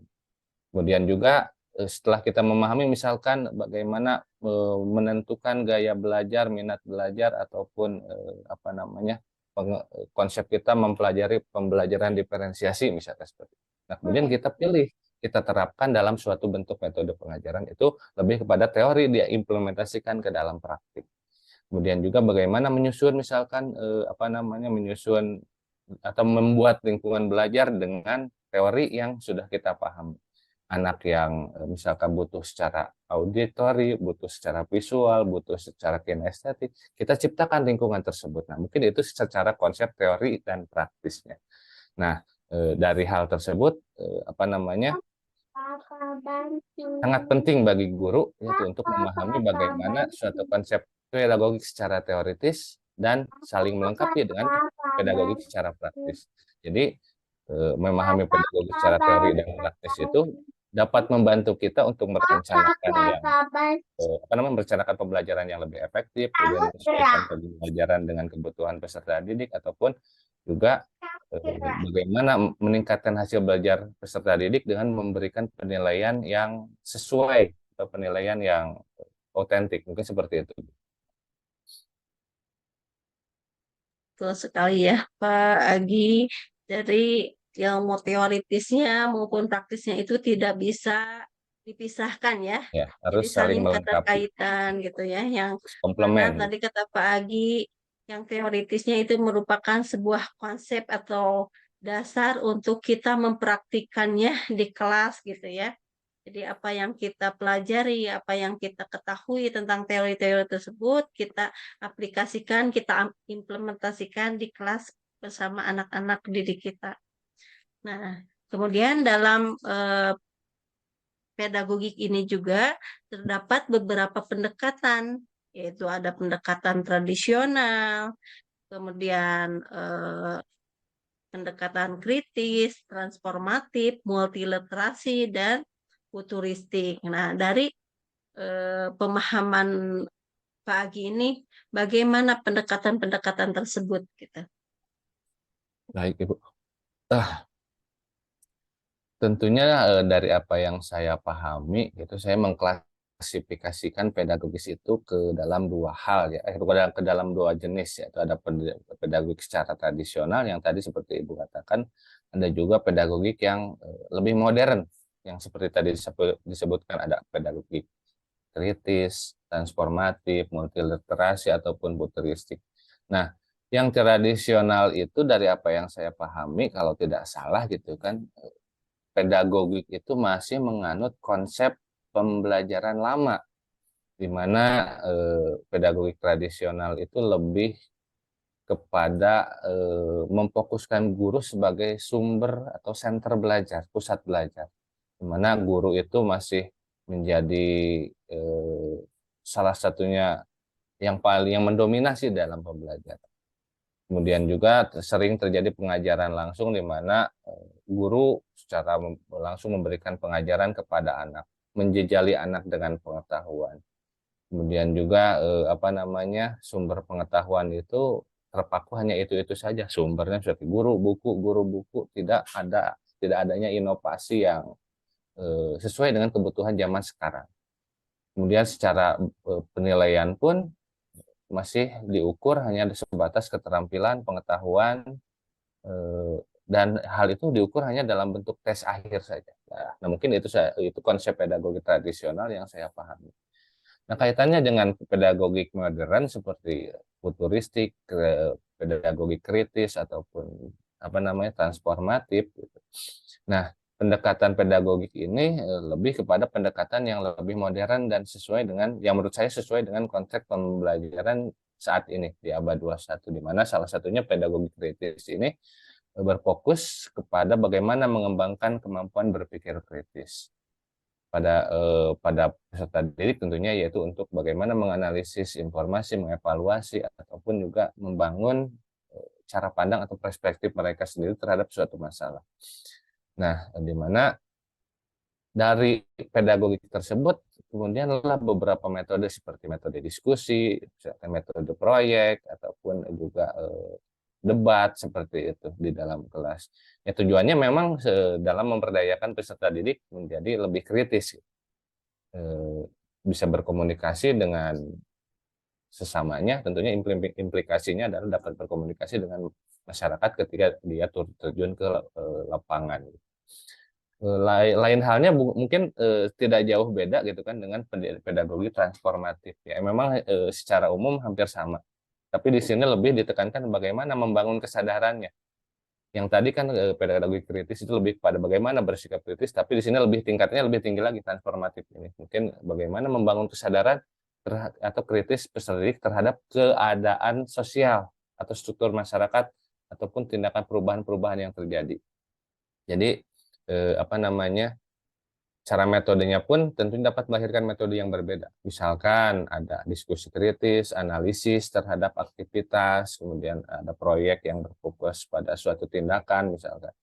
Jadi lebih kepada bagaimana siswa lebih kritis terhadap struktur sosial yang dapat menciptakan masyarakat yang lebih inklusif, mungkin seperti itu.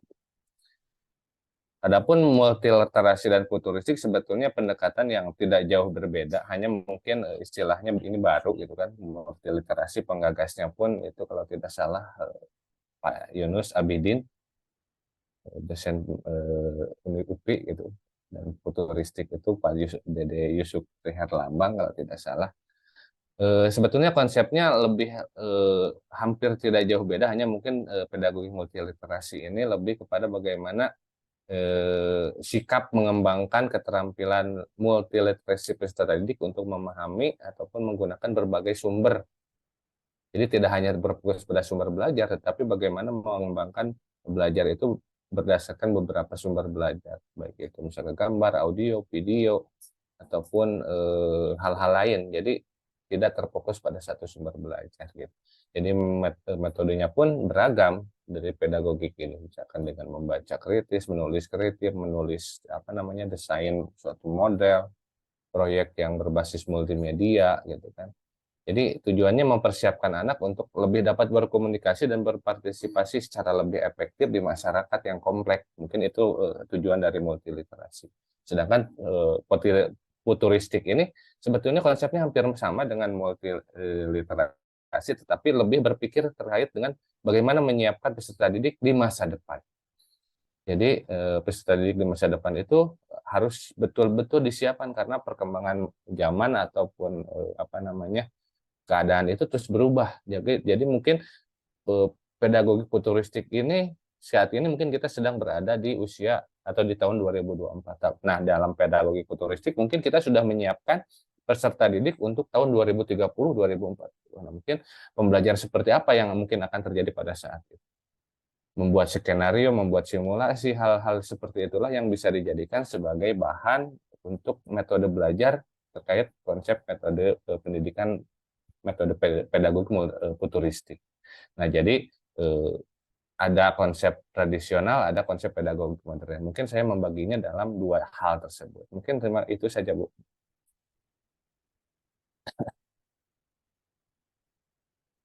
Mic-nya, Bu.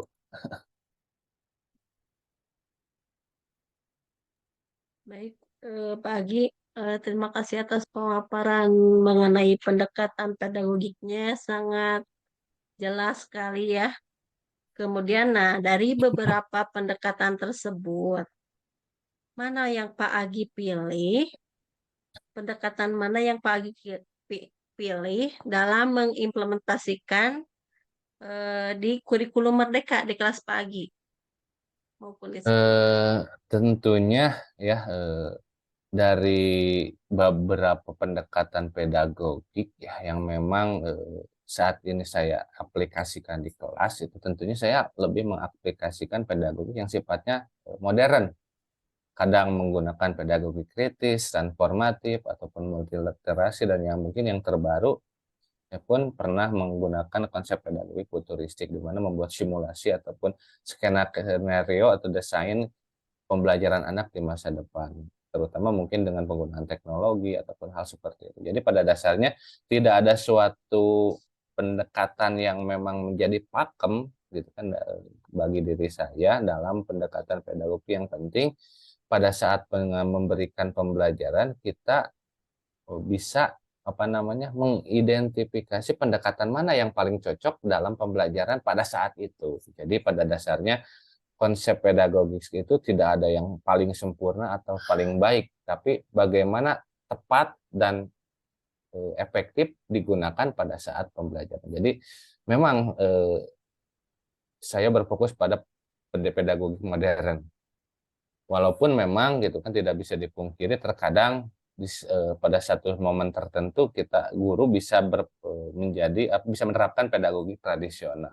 Tapi kebanyakan saat ini dikorelasikan dengan kurikulum Merdeka, pendekatan pedagogik yang saya terapkan adalah pendekatan pedagogi modern. kadang multiliterasi, kadang futuristik, ataupun kadang pendidikan pedagogik kritis. Itu seperti itu, Bu. Nah, baik, Pagi. Nah, dalam pelaksanaan pendekatan-pendekatan itu dalam implementasi kurikulum Merdeka, apakah ada hambatan yang Pak Agi hadapi dalam mengimplementasikannya? Kalau secara umum tentunya kan konsep pendidikan apa namanya tadi seperti pendidikan pedagogik futuristik gitu kan memang bagaimana mendorong kita untuk membuat skenario pembelajaran yang untuk menyiapkan siswa didik beberapa tahun ke depan. Yang menjadi hambatan yang memang terkadang kurangnya sumber belajar gitu. Seperti kurangnya peralatan misalkan pada saat pembelajaran di kelas menggunakan teknologi gitu kan. Kurangnya pemahaman atau kesiapan siswa gitu kan. Karena mungkin mereka masih terfokus pada keadaan sekarang, belum berpikir jauh ke depan. Jadi mereka terkadang bingung gitu. Sehingga memerlukan pendekatan yang lebih intens bagaimana memahamkan pembelajaran pada anak untuk menyiapkan mereka di masa yang akan datang. Kemudian juga kan masih terkadang budaya belajar di wilayah kita sekarang masih budaya belajar tradisional, gitu kan. Terkadang anak pun masih menekankan ataupun lebih ditekan pada hafalan, pengetahuan terukur seperti itu. Jadi terkadang merubah budaya belajar yang tradisional ke budaya belajar yang modern itu menjadi suatu hal yang mungkin butuh waktu gitu. Karena saat anak diajak untuk berpikir kritis, kreatif, mereka terkadang bingung karena mungkin di bawah kelas bawahnya belum sepenuhnya diasah, mungkin seperti itu. Dan yang terakhir mungkin kurangnya seperti keterbatasan infrastruktur, sumber daya, kadang keterlibatan orang tua pun memang sangat penting. Jadi masih banyak orang tua yang seringkali tidak memahami tujuan dari pendekatan pedagogik modern ini gitu kan. Jadi mereka lebih tetap gitu fokusnya nilai rapot anak saya harus seperti ini. Anak saya harus ranking 1, harus ranking sekian, harus dapat nilai 10 misalnya. Hal itu pun menjadi salah satu hambatan dalam masalah terutama dalam mengembangkan konsep kurikulum merdeka dikaitkannya mungkin dengan konsep pedagogik modern. Mungkin seperti itu, Bu.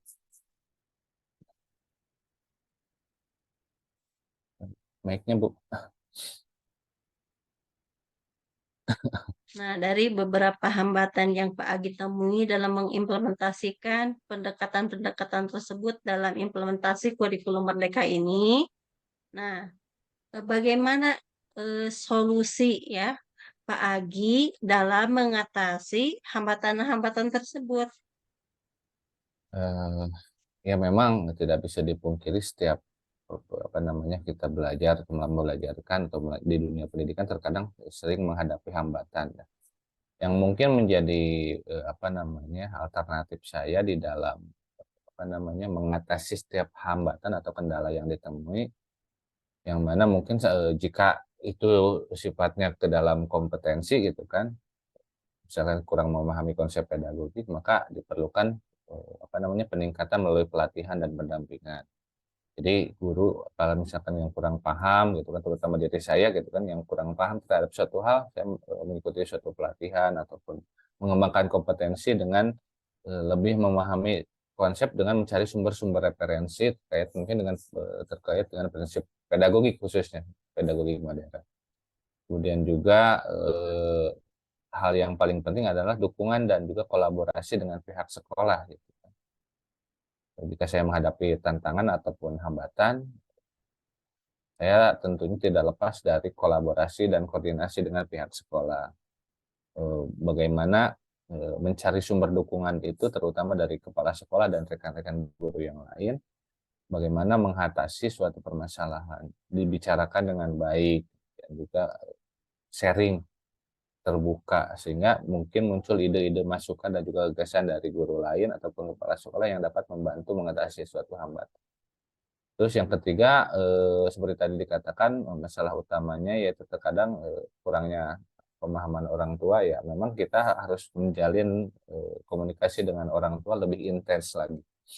Jadi gimana komunikasi yang baik gitu kan kita dapat menjelaskan tujuan, manfaat serta bagaimana sekarang konsep pendidikan, terutama di era kurikulum merdeka diterapkan. Memberikan pemahaman kepada siswa. Jadi belajar itu tidak hanya sekedar nilai dan angka gitu, tetapi bagaimana anak tersebut dapat disiapkan oleh sekolah agar nantinya dapat terjun di dunia masyarakat, siap bersaing di dunia masyarakat. Kemudian juga yang tadi terkait sarana prasarana, misalkan kekurangan sarpras, ya, mungkin ini bisa disiasati dengan apa namanya, seperti kekurangan jaringan internet ataupun kekurangan perangkat-perangkat seperti laptop. Hal itu bisa disiasati dengan misalkan meminjam ataupun siswa membawa sendiri misalkan dari rumah perangkat seperti handphone. Nah, mungkin itu digunakan dalam pembelajaran. Jadi dalam mengatasi hambatan itu memang perlu usaha ya. Jadi itu mungkin salah satu solusi yang bisa diterapkan terkait jika saya menghadapi masalah atau hambatan. Baik, Pak Yadi tadi dengan pagi mengikuti pelatihan, kemudian ya mencari sumber-sumber referensi yang mendukung, kemudian juga berkolaborasi dengan pihak sekolah, kemudian dengan menjalin komunikasi yang baik supaya dukungan orang tua terhadap kegiatan pembelajaran di sekolah, terutama dalam implementasi pendekatan pedagogik ini menjadi lebih baik lagi. Kemudian tadi siswa dalam hal sarana prasarana bisa diperbolehkan membawa ya misalnya HP untuk kegiatan pembelajaran di kelas. Nah, sudah bagus sekali ya Pak Agi, tadi sudah diimplementasikan di kelasnya Pak Agi. Nah, apakah di sekolah Pak Agi hanya Pak Agi sendiri atau guru-guru yang lain juga sudah mengimplementasikan pendekatan-pendekatan tersebut? Kemudian kan tadi Pak Agi sangat luar biasa sekali ya mengimplementasikannya. Apakah Pak Agi juga berbagi dengan guru yang lain? Caranya seperti apa atau bagaimana? Silakan Pak Agi bisa memaparkan. Kalau secara keseluruhan, tentunya kan sekarang sudah ada apa namanya forum-forum belajar dan komunitas-komunitas belajar bagi para guru gitu. Jadi saya dapat berasumsi kalau bahwasanya guru-guru sekarang gitu kan sudah mengadaptasikan pendekatan pedagogi yang modern tersebut ke dalam pembelajaran. Kenapa? Karena memang itu menjadi salah satu bentuk apa namanya selain menjadi bentuk tuntutan kurikulum tentunya juga menjadi suatu apa namanya motivasi tersendiri bagi para guru untuk selalu mengembangkan kompetensinya gitu kan, terutama di dalam menyajikan pembelajaran-pembelajaran yang inovatif di kelasnya masing-masing. Jadi pada dasarnya pendekatan-pendekatan seperti yang tadi saya sampaikan itu saya rasa sudah hampir menyeluruh di setiap guru, walaupun memang dengan intensitas yang berbeda-beda. Ada yang memang sudah bagus, ada yang masih dalam tahap adaptasi, ada yang masih tahap belajar. Nah, hal itu pun tentunya bukan suatu hal yang masalah yang besar karena memang mereka sudah berupaya untuk menyajikan konsep pedagogi modern tersebut, ketika pembelajaran tersebut sesuai implementasi kurikulum merdeka, walaupun memang dengan apa namanya tingkatan yang berbeda-beda. Nah, mungkin di situ muncullah forum komunikasi antar guru seperti komunitas belajar untuk saling berbagi, saling melengkapi, saling memberikan umpan balik. Jadi pada dasarnya konsep pedagogi yang modern itu saat ini sudah mulai berjalan dan tidak hanya saya yang melakukannya sendiri, tapi adanya kolaborasi di lingkungan sekolah menjadikan kita dapat bisa berbagi praktik baik, berbagi apa namanya kebiasaan-kebiasaan yang baik, saling memberikan masukan, dorongan, ataupun saat salah seorang guru menghadapi masalah kita melakukan sharing dan mencari permasalahan secara solusi permasalahan bersama-sama. Ini seperti itu, Bu. Baik-baik Pak Agi.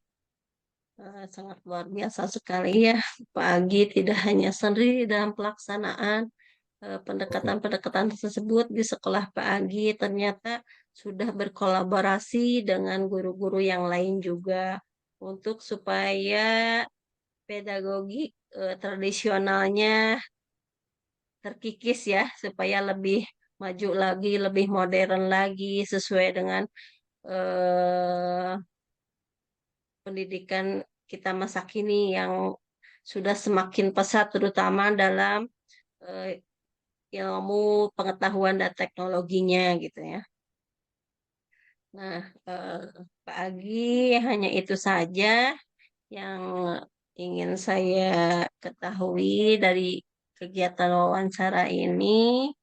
Mudah-mudahan di lain waktu kita bisa eh, sharing lagi ya, berdiskusi kembali supaya eh, saya juga lebih bisa mengembangkan diri baik di sekolah maupun bersama teman-teman.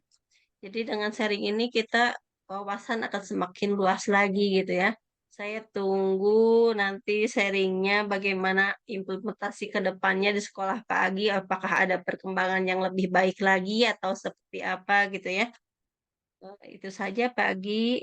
Saya haturkan terima kasih. Saya ucapkan alhamdulillah ya, kegiatan wawancara ini berjalan dengan baik. Terima kasih atas waktunya.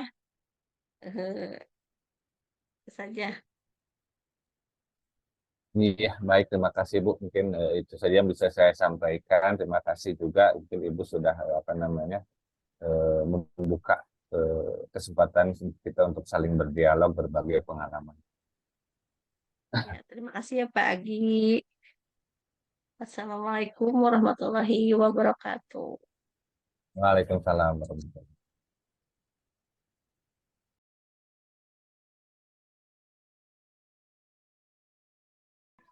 Bismillahirrahmanirrahim. Assalamualaikum warahmatullahi wabarakatuh. Waalaikumsalam warahmatullahi wabarakatuh. Selamat pagi Bu Mila. Selamat pagi Ibu, sehat Bu? Alhamdulillah baik. Terima kasih ya Bu Mila sudah bersedia meluangkan waktunya dalam kegiatan wawancara ini. Izinkan saya memperkenalkan diri. Nama saya Arianti. Saya adalah mahasiswa S2 PGSD UPI Kampus Cibiru. Nah, adapun maksud dan tujuan kegiatan wawancara ini yaitu tujuannya yaitu untuk memenuhi salah satu tugas UTS Magister Program Guru Sekolah Dasar. Selain itu juga untuk sharing terbuka ya. Di sini saya sebagai peneliti terkait praktik pedagogik dalam implementasi kurikulum Merdeka. Adapun sasarannya di sini adalah guru dan kepala sekolah. Di sini Ibu sebagai guru di sekolah dasar ya, di Iya, SD IT Imam Bukhari ya Bu Mila ya. betul Bu. Ya. Sebagaimana sudah kita sepakati, kemarin Ibu sudah menandatangani ya, sudah bersedia mengenai surat pernyataan ketersediaan menjadi informan saya. Siap. Baiklah, kita mulai saja ya. Wawancaranya. Nah, yang pertama yaitu apakah sekolah Ibu sudah menerapkan kurikulum Merdeka? Untuk saat ini sudah Bu, kebetulan. Oh, sudah ya. Alhamdulillah. Nah, berapa lama sekolah Ibu menerapkan kurikulum Merdeka? Apakah dari awal ketika dianjurkan oleh pemerintah harus menggunakan kurikulum Merdeka atau kapan? Kalau sekolah kami itu mulai tahun ajaran ini 2023-2024 gitu. Karena sebelumnya kan harus dikaji dulu ya untuk pelaksanaannya seperti apa. Nah, kami melakukan itu dulu supaya ketika dilaksanakan kita sudah tahu bahannya gitu. Jadi baru mulai tahun ajaran ini. Oh, jadi baru mulai tahun ajaran ini ya, melaksanakan Ya, kurikulum betul. merdekanya. Nah, di sekolah ibu, opsi mana yang sekolah pilih dalam implementasi kurikulum merdeka? Apakah mandiri belajar, mandiri berubah, atau mandiri berbagi? Kalau di saya itu mandiri berubah kalau tidak salah. Oh, berarti mandiri berubah ya. Ya. Alasannya apa memilih opsi tersebut? Karena menurut kami hasil diskusi di sekolah itu stepnya atau langkah-langkahnya lebih mudah diikuti yang mandiri berubah ini gitu. Karena kalau tidak salah kalau mandiri berbagi itu kita menyiapkan segala sesuatunya harus lebih optimal gitu ya. Jadi ya inilah yang dipilih. Mungkin kita dari mandiri berubah dulu. Mungkin nanti pelan-pelan akan ke sana. Gitu. Ya, karena berarti kita mengembangkan kurikulumnya itu yang sudah disediakan oleh pemerintah ya. Karena Betul, kan betul. masih permulaan, jadi mungkin sekolah ibu memilih opsi mandiri berubah. Betul sekali itu. Kan apakah di sekolah ibu langsung semua jenjang itu menggunakan kurikulum merdeka atau secara bertahap? Baru 2 level sih Bu, kelas 1 dan kelas 4. Oh, berarti baru 2 fase gitu. Ya, kelas untuk kategori kelas rendahnya berarti di fase A ya, kalau tidak Oh, salah. di fase A Nah, dan di ya fase B. ya kelas tingginya. Jadi kelas 1 dan kelas 4 saja. Ya, baru itu. Baik, baik.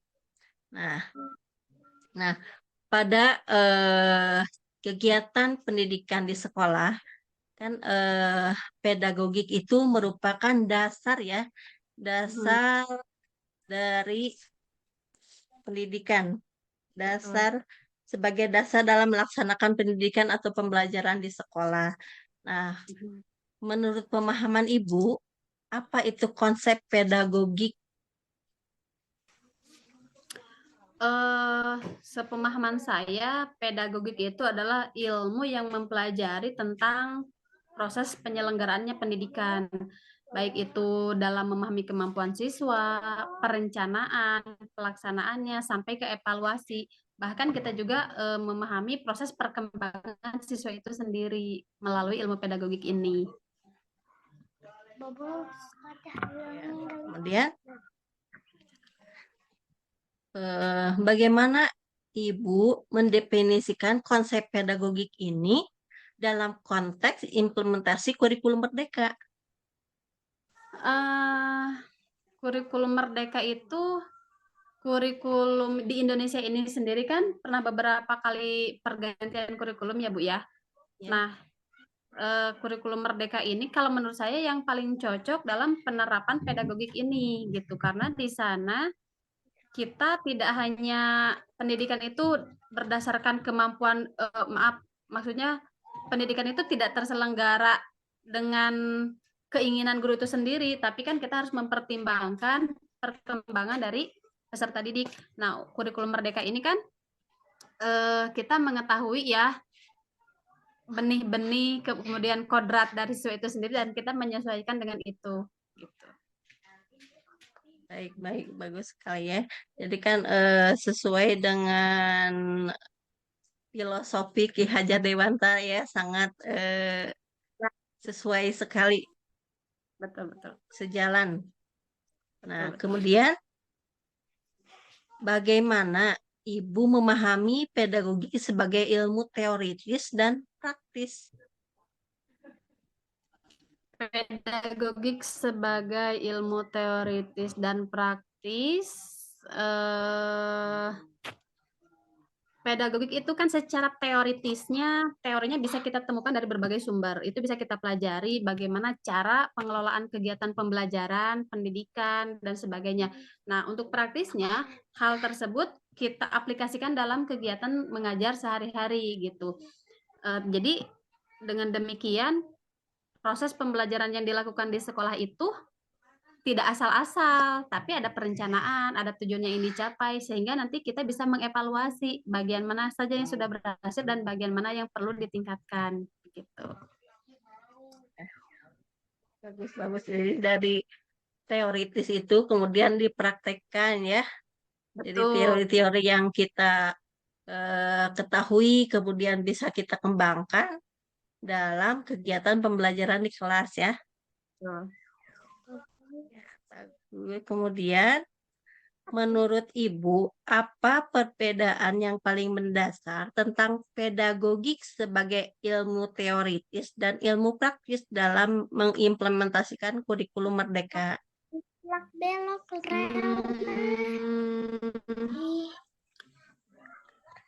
Maaf Bu, agak putus-putus, boleh diulang?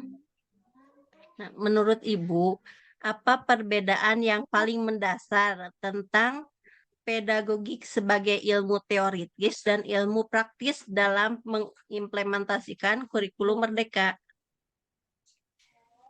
Perbedaannya yang paling mendasar itu, sepemahaman saya kan kalau teoritis itu dari ilmunya itu sendiri, kita mengadopsi, kita mempelajari, memahami alurnya seperti apa. Nah, untuk praktisnya ya prakteknya itu sendiri di lapangan seperti apa gitu, supaya yang kita praktekkan di lapangan itu sejalan dengan teori yang kita ambil gitu. Jadi kalau praktisnya lebih ke prakteknya di lapangan ya, bersama anak di kelas, bersama teman-teman sejawat, mungkin seperti itu ya. Tuh, sepemahaman saya itu Ibu, tapi kalau salah mohon dikoreksi ya Bu ya. Iya. Kemudian, nah dalam pedagogik ini kan ada beberapa pendekatan nih, tidak hanya tadi secara ilmu teoritis dan praktis saja. Di sini ada beberapa pendekatan pedagogik, ada pendekatan pedagogik tradisional, kemudian kritis, transformatif, multiliterasi atau futuristik dalam dalam pendekatan tersebut, menurut pemahaman Ibu, pendekatan pedagogik tradisional dan bagaimana hal ini berbeda dengan pendekatan kritis, transformatif, multiliterasi atau futuristik dalam konteks implementasi kurikulum Merdeka? Kalau dilihat dari namanya juga sudah jelas beda ya Bu ya.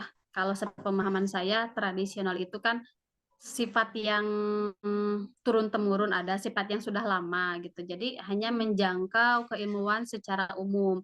Sementara kalau pedagogik yang lain seperti futuristik, multiliterasi, transformatif dan sebagainya itu lebih bersifat mendetail atau mengarah pada tujuan yang ingin dikembangkan dari siswa. Kita ingin menyiapkan peserta didik yang seperti apa di tengah perkembangan zaman yang sekarang semakin pesat gitu. Jadi perbedaannya sangat mencolok sekali, sangat tinggi, sangat besar lah gitu. Ya, kemudian, nah kan tadi Ibu sudah memaparkan tentang perbedaannya ya, yang sangat signifikan. Kemudian, pada pendekatan pedagogik mana yang Ibu terapkan atau Ibu gunakan dalam implementasi kurikulum Merdeka? Dari beberapa tadi ada pendekatan kritis, transformatif, multiliterasi, kemudian futuristik, atau juga mungkin juga Ibu menggunakan pedagogik yang tradisional gitu. Ibu Kalau yang yang mana itu? Oke, kalau yang tradisional karena kita keilmuan itu berkembang ya Bu ya, jadi dengan adanya pedagogik futuristik, multiliterasi dan lainnya, itu yang tradisional itu perlahan-lahan mulai ditinggalkan, tapi tidak 100% juga gitu.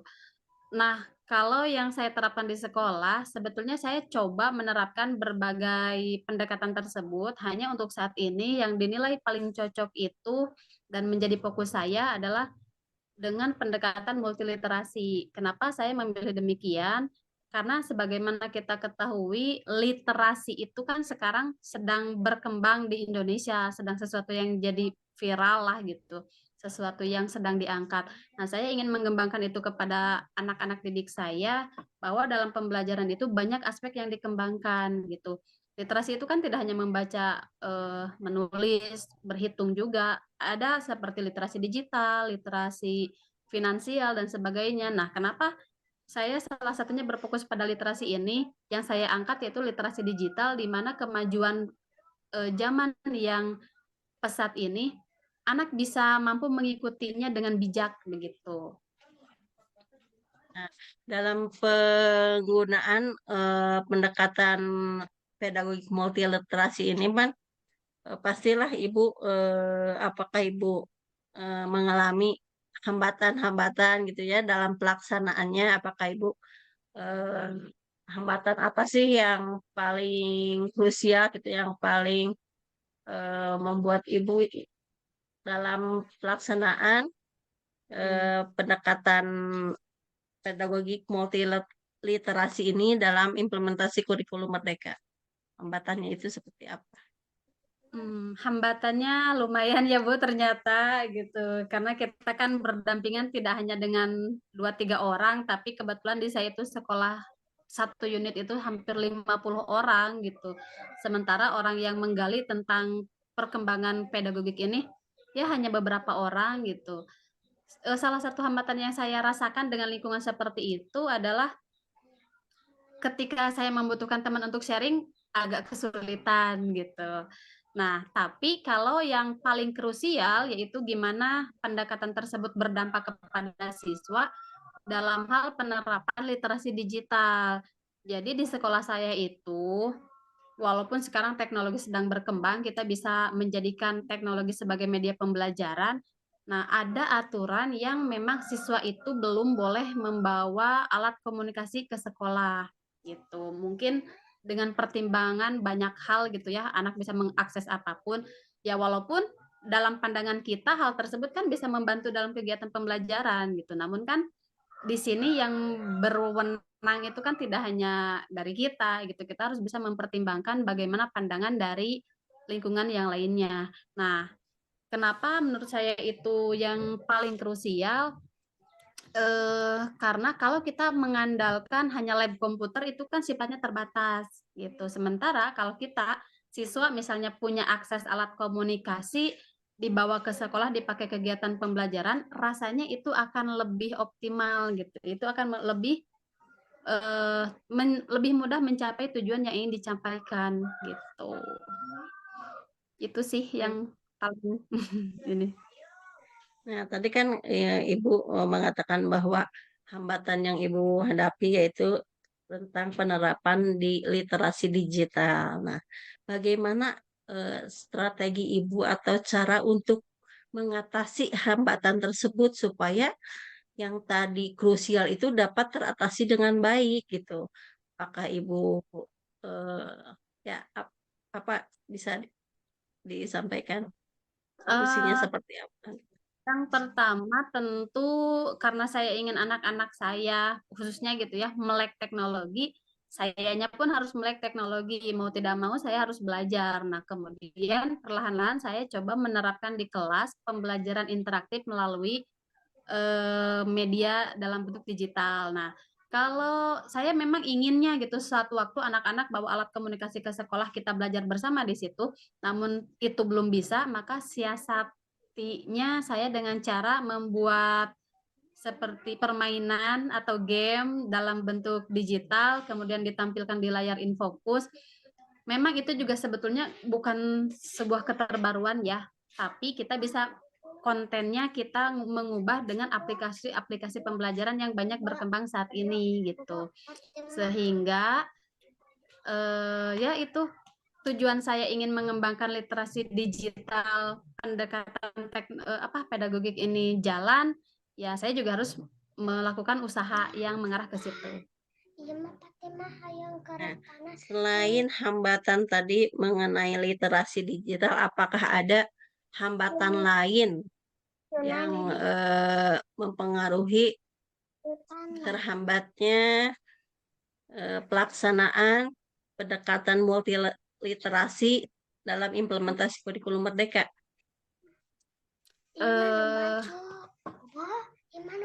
Sebentar. Gimana Bu? Awal-awalnya saya kurang jelas. Saya ulangi ya. Kan tadi hambatannya mengenai penerapan literasi digital. Nah, apakah ada? Tadi kan Ibu sudah memberikan solusinya ya, salah satu solusinya dengan membuat pembelajaran interaktif melalui media-media pembelajaran gitu ya, pembelajaran digital. Nah, apakah ada hambatan lain selain dari penerapan literasi digital gitu? Hmm.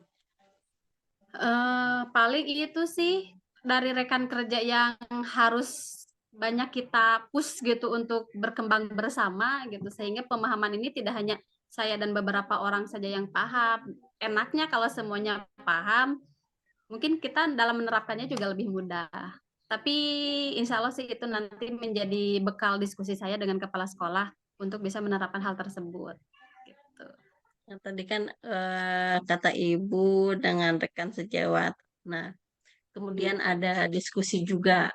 Nah, Betul. kegiatan diskusi ini apakah dilakukan ada terjadwal, terbimbing, atau seperti apa supaya ketika pelaksanaan pendekatan pedagogik multiliterasi ini tidak hanya Ibu saja gitu. Ibu bisa menularkannya dengan teman-teman Ibu di sekolah. Nah, itu melalui apa? Apakah diskusinya sebulan sekali ataukah Ibu memiliki eh, kelompok belajar atau seperti apa gitu? Yang dilakukan di sekolah kami itu kebetulan ada dari 1 minggu itu ada 2 hari yang digunakan untuk kebutuhan unit dan itu dari yayasan diserahkan kepada unit sendiri untuk mengelola. Nah, untuk di hari Jumat dan hari Rabu ya waktunya. Hari Rabu itu kebetulan jadwal setelah zuhur itu anak-anak ekskul dan dipegang oleh gurunya masing-masing. Nah, guru-guru diadakan forum KKG gitu. Jadi berkumpul untuk yang bidang sesuai bidang mengajar, ada yang bahasa Arab, BAKI. Nah, kemudian kalau saya masuk ke bidang tematik bersama beberapa teman yang lain. Kalau hari Jumat itu rapat koordinasi secara umum. Nah, di hari Jumat biasanya kita diberikan paparan rencana kegiatan yang akan dilaksanakan gitu ya. Tapi kan secara umum. Nah, untuk pelaksanaan seperti diskusinya yang dinamakan dengan kombel atau kelompok belajar itu dijadwalkan setiap 2 minggu sekali setiap hari Rabu gitu. Dan alhamdulillah sekarang cukup berjalan tentunya dengan kita memprioritaskan yang mana yang lebih penting gitu. Ada sih jadwalnya gitu. Alhamdulillah ya sudah terlaksana dengan baik. Mudah-mudahan tetap terjaga konsistensinya supaya dalam pelaksanaan pedagogik ini diimplementasi kurikulum Merdeka selalu berjalan dengan baik dan terus berkembang ya supaya Amin. dalam pelaksanaan implementasi kurikulum Merdeka ini semakin pelaksananya semakin baik gitu ya. Apa yang kita inginkan, tujuan bersama untuk siswa memerdekakan siswa dalam belajar itu dapat tercapai dengan baik gitu ya. Sesuai dengan kaidah-kaidah atau ilmu-ilmu yang kita dapatkan dan kita implementasikan kepada siswa kita ya. Betul, Ya. setuju. Nah, itu saja Bu Mila yang bisa saya tanyakan. Terima kasih atas waktunya.